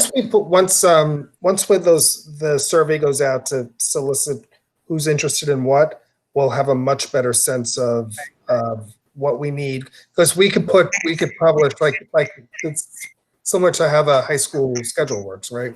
So we put out a whole gaggle of courses, and some run and some don't run based on interest. So I would say we need probably another week or two on that, and then we'll have a really good sense of where things are going with it. Good. Okay. Thank you.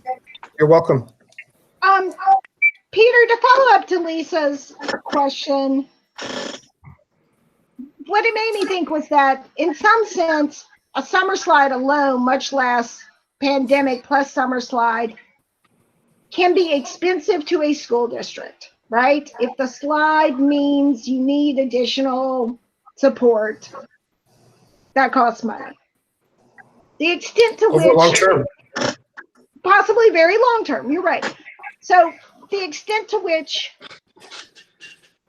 our summer program can arrest slide in any sense, the cost can't, even if it's not fully cost effective, even if it doesn't pay for itself in its entirety, the money you spend isn't money just gone, right? You're going to recoup some of it, and we have no idea to what extent, but surely you recoup some in supports you don't have to provide in the fall, or am I just really being delusional? No, I don't think you're being delusional. I think that's, I think it's hard to, right in this moment, it's hard to quantify the extent to which kids have lost, right? We'll know more about that when we get to the fall. And so essentially what we're trying to do here is, like we said earlier, twofold, engage kids, in their, with their brains, but also engage them, in human interaction. And so everybody's been cooped up over the course of these past few months. They've been cobbling along with online learning in the ways that they've been cobbling along with online learning. As the region opens up, to the extent that we can have small groups of kids together in socially distant ways, because it is very different for me if I were going to teach you a reading lesson. It's a very different experience for me to teach you a reading lesson in this format versus for me to teach you a specific reading skill if you're sitting, in closer proximity to me, and I can engage with you and the text in ways that are a lot more interactive and probably more meaningful, right? So I think it's a good investment in anticipating what could be a huge problem. Do I think that 2 to 4 weeks over the summer will blunt that? Probably not, but I think it can certainly help to ameliorate, even a few issues that kids might be having. Chris, do you want to say something? You have a certain look. I don't want to put you on the spot. You don't have to say something, but you seem to be leaning in. No, I just wanted to say, one thing that does come up throughout the course of a normal school year is, sometimes overages for reading teachers, overages for AIS. And so it is hard to predict, like Dr. G was saying, but it's foreseeable that by doing some of this work, we could prevent an escalation in the need for extra reading in AIS come the fall or the winter. I think, we are also going to provide some free resources to parents and time that kind of at the same time through a website that the curriculum team is building that's easy to use, but also give suggestions for schedule, balanced with wellness, choice. So we have some principles that we're putting out there to help parents navigate all of those resources that they might be trying to on their own. We're also going to try and use the AIS teachers in the fall and reading teachers dynamically, in a socially distanced way in the rooms more rather than pulling out at first, but in the rooms, meeting with small groups in a more dynamic way. Thank you. And I mean, I think to Peter's point about engagement, given what we heard with the Bach Harrison assessment, the engagement part has to be top of mind. Yeah. I have a question. I believe, Peter, in one of your emails, you indicated that the high school summer assignments had been canceled for July and August. I wasn't sure what that, so initially I was going to ask, I'm not sure what that would normally entail, and I wasn't sure why they were canceled, but now given the summer piece, does it, maybe it's interacting with some other plan you have, please. Well, it's the additional summer assignments that typically get assigned to advanced placement courses. We're going to take those away from kids for this summer, so they have that burden of having to do all the reading or the writing or programs before they go back. So the it's for the IB and the AP assignments.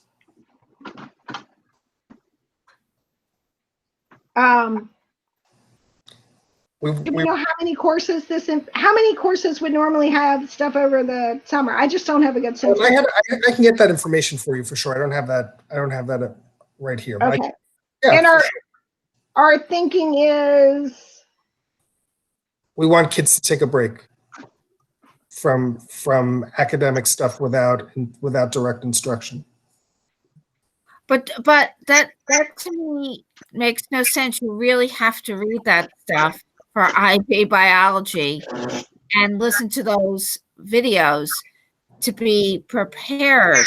I mean, I kind of think my thinking would be they're already behind because they haven't had real instruction.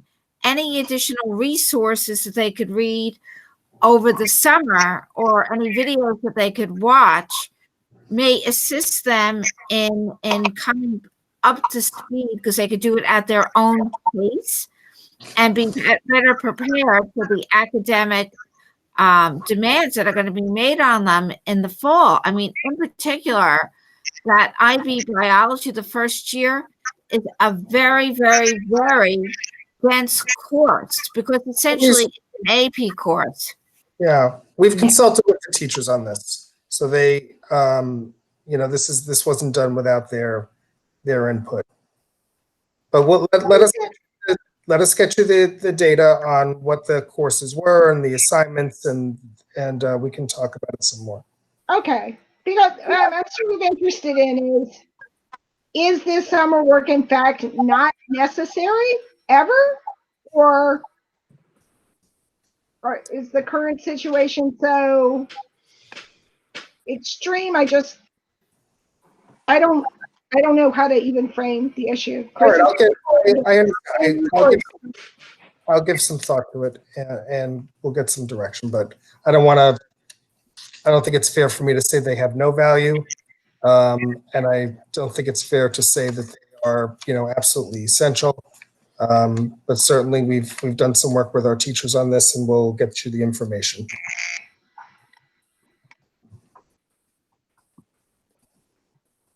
Sorry, there was a weird noise, and I'm like, is someone having that? Okay. Other new business, trustees? I'm not looking for an answer tonight, but we're about to move into phase 3 potentially. Offices are starting to return.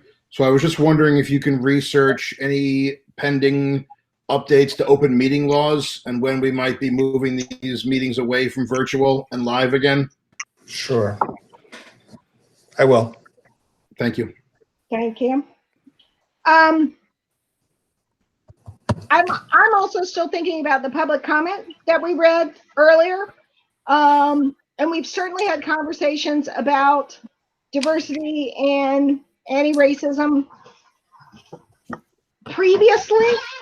But it is definitely a very immediate issue that I think we need to talk about our response to and how we support students in the future.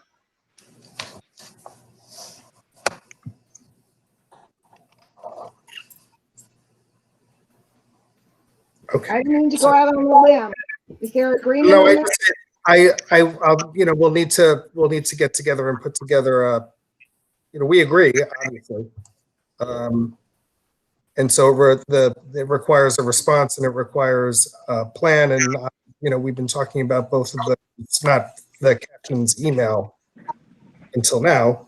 But we'll put something together and bring it back to the board for discussion. Thank you. Other new business? Okay, trustees, we had an executive session agenda previously that included a more extensive discussion on the hiring of a particular person. It is now 11:20. Do you feel we need to go back into executive session before we adjourn to discuss that further? Or are you comfortable and you would like to adjourn?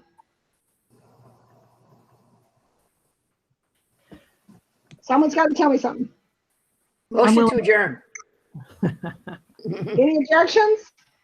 So the motion I'm to willing adjourn, I'm willing to go into executive session, but I don't know how anybody else feels. I'll go into executive. I'm fine with that. Tim's yes on, fine going. Mr. Yes on exec? I'm good with that. Yes? David, yes? Yeah. Joanna, it is your privilege not to call it a night if you so wish. Motion to move into executive session to discuss the employment of hiring or of a particular person or persons. Do I have a second? Second. All in favor, say aye. Aye. Aye. We'll move to exec. Chris, if you would have. You have to give me a minute. I'll be right back. Of course.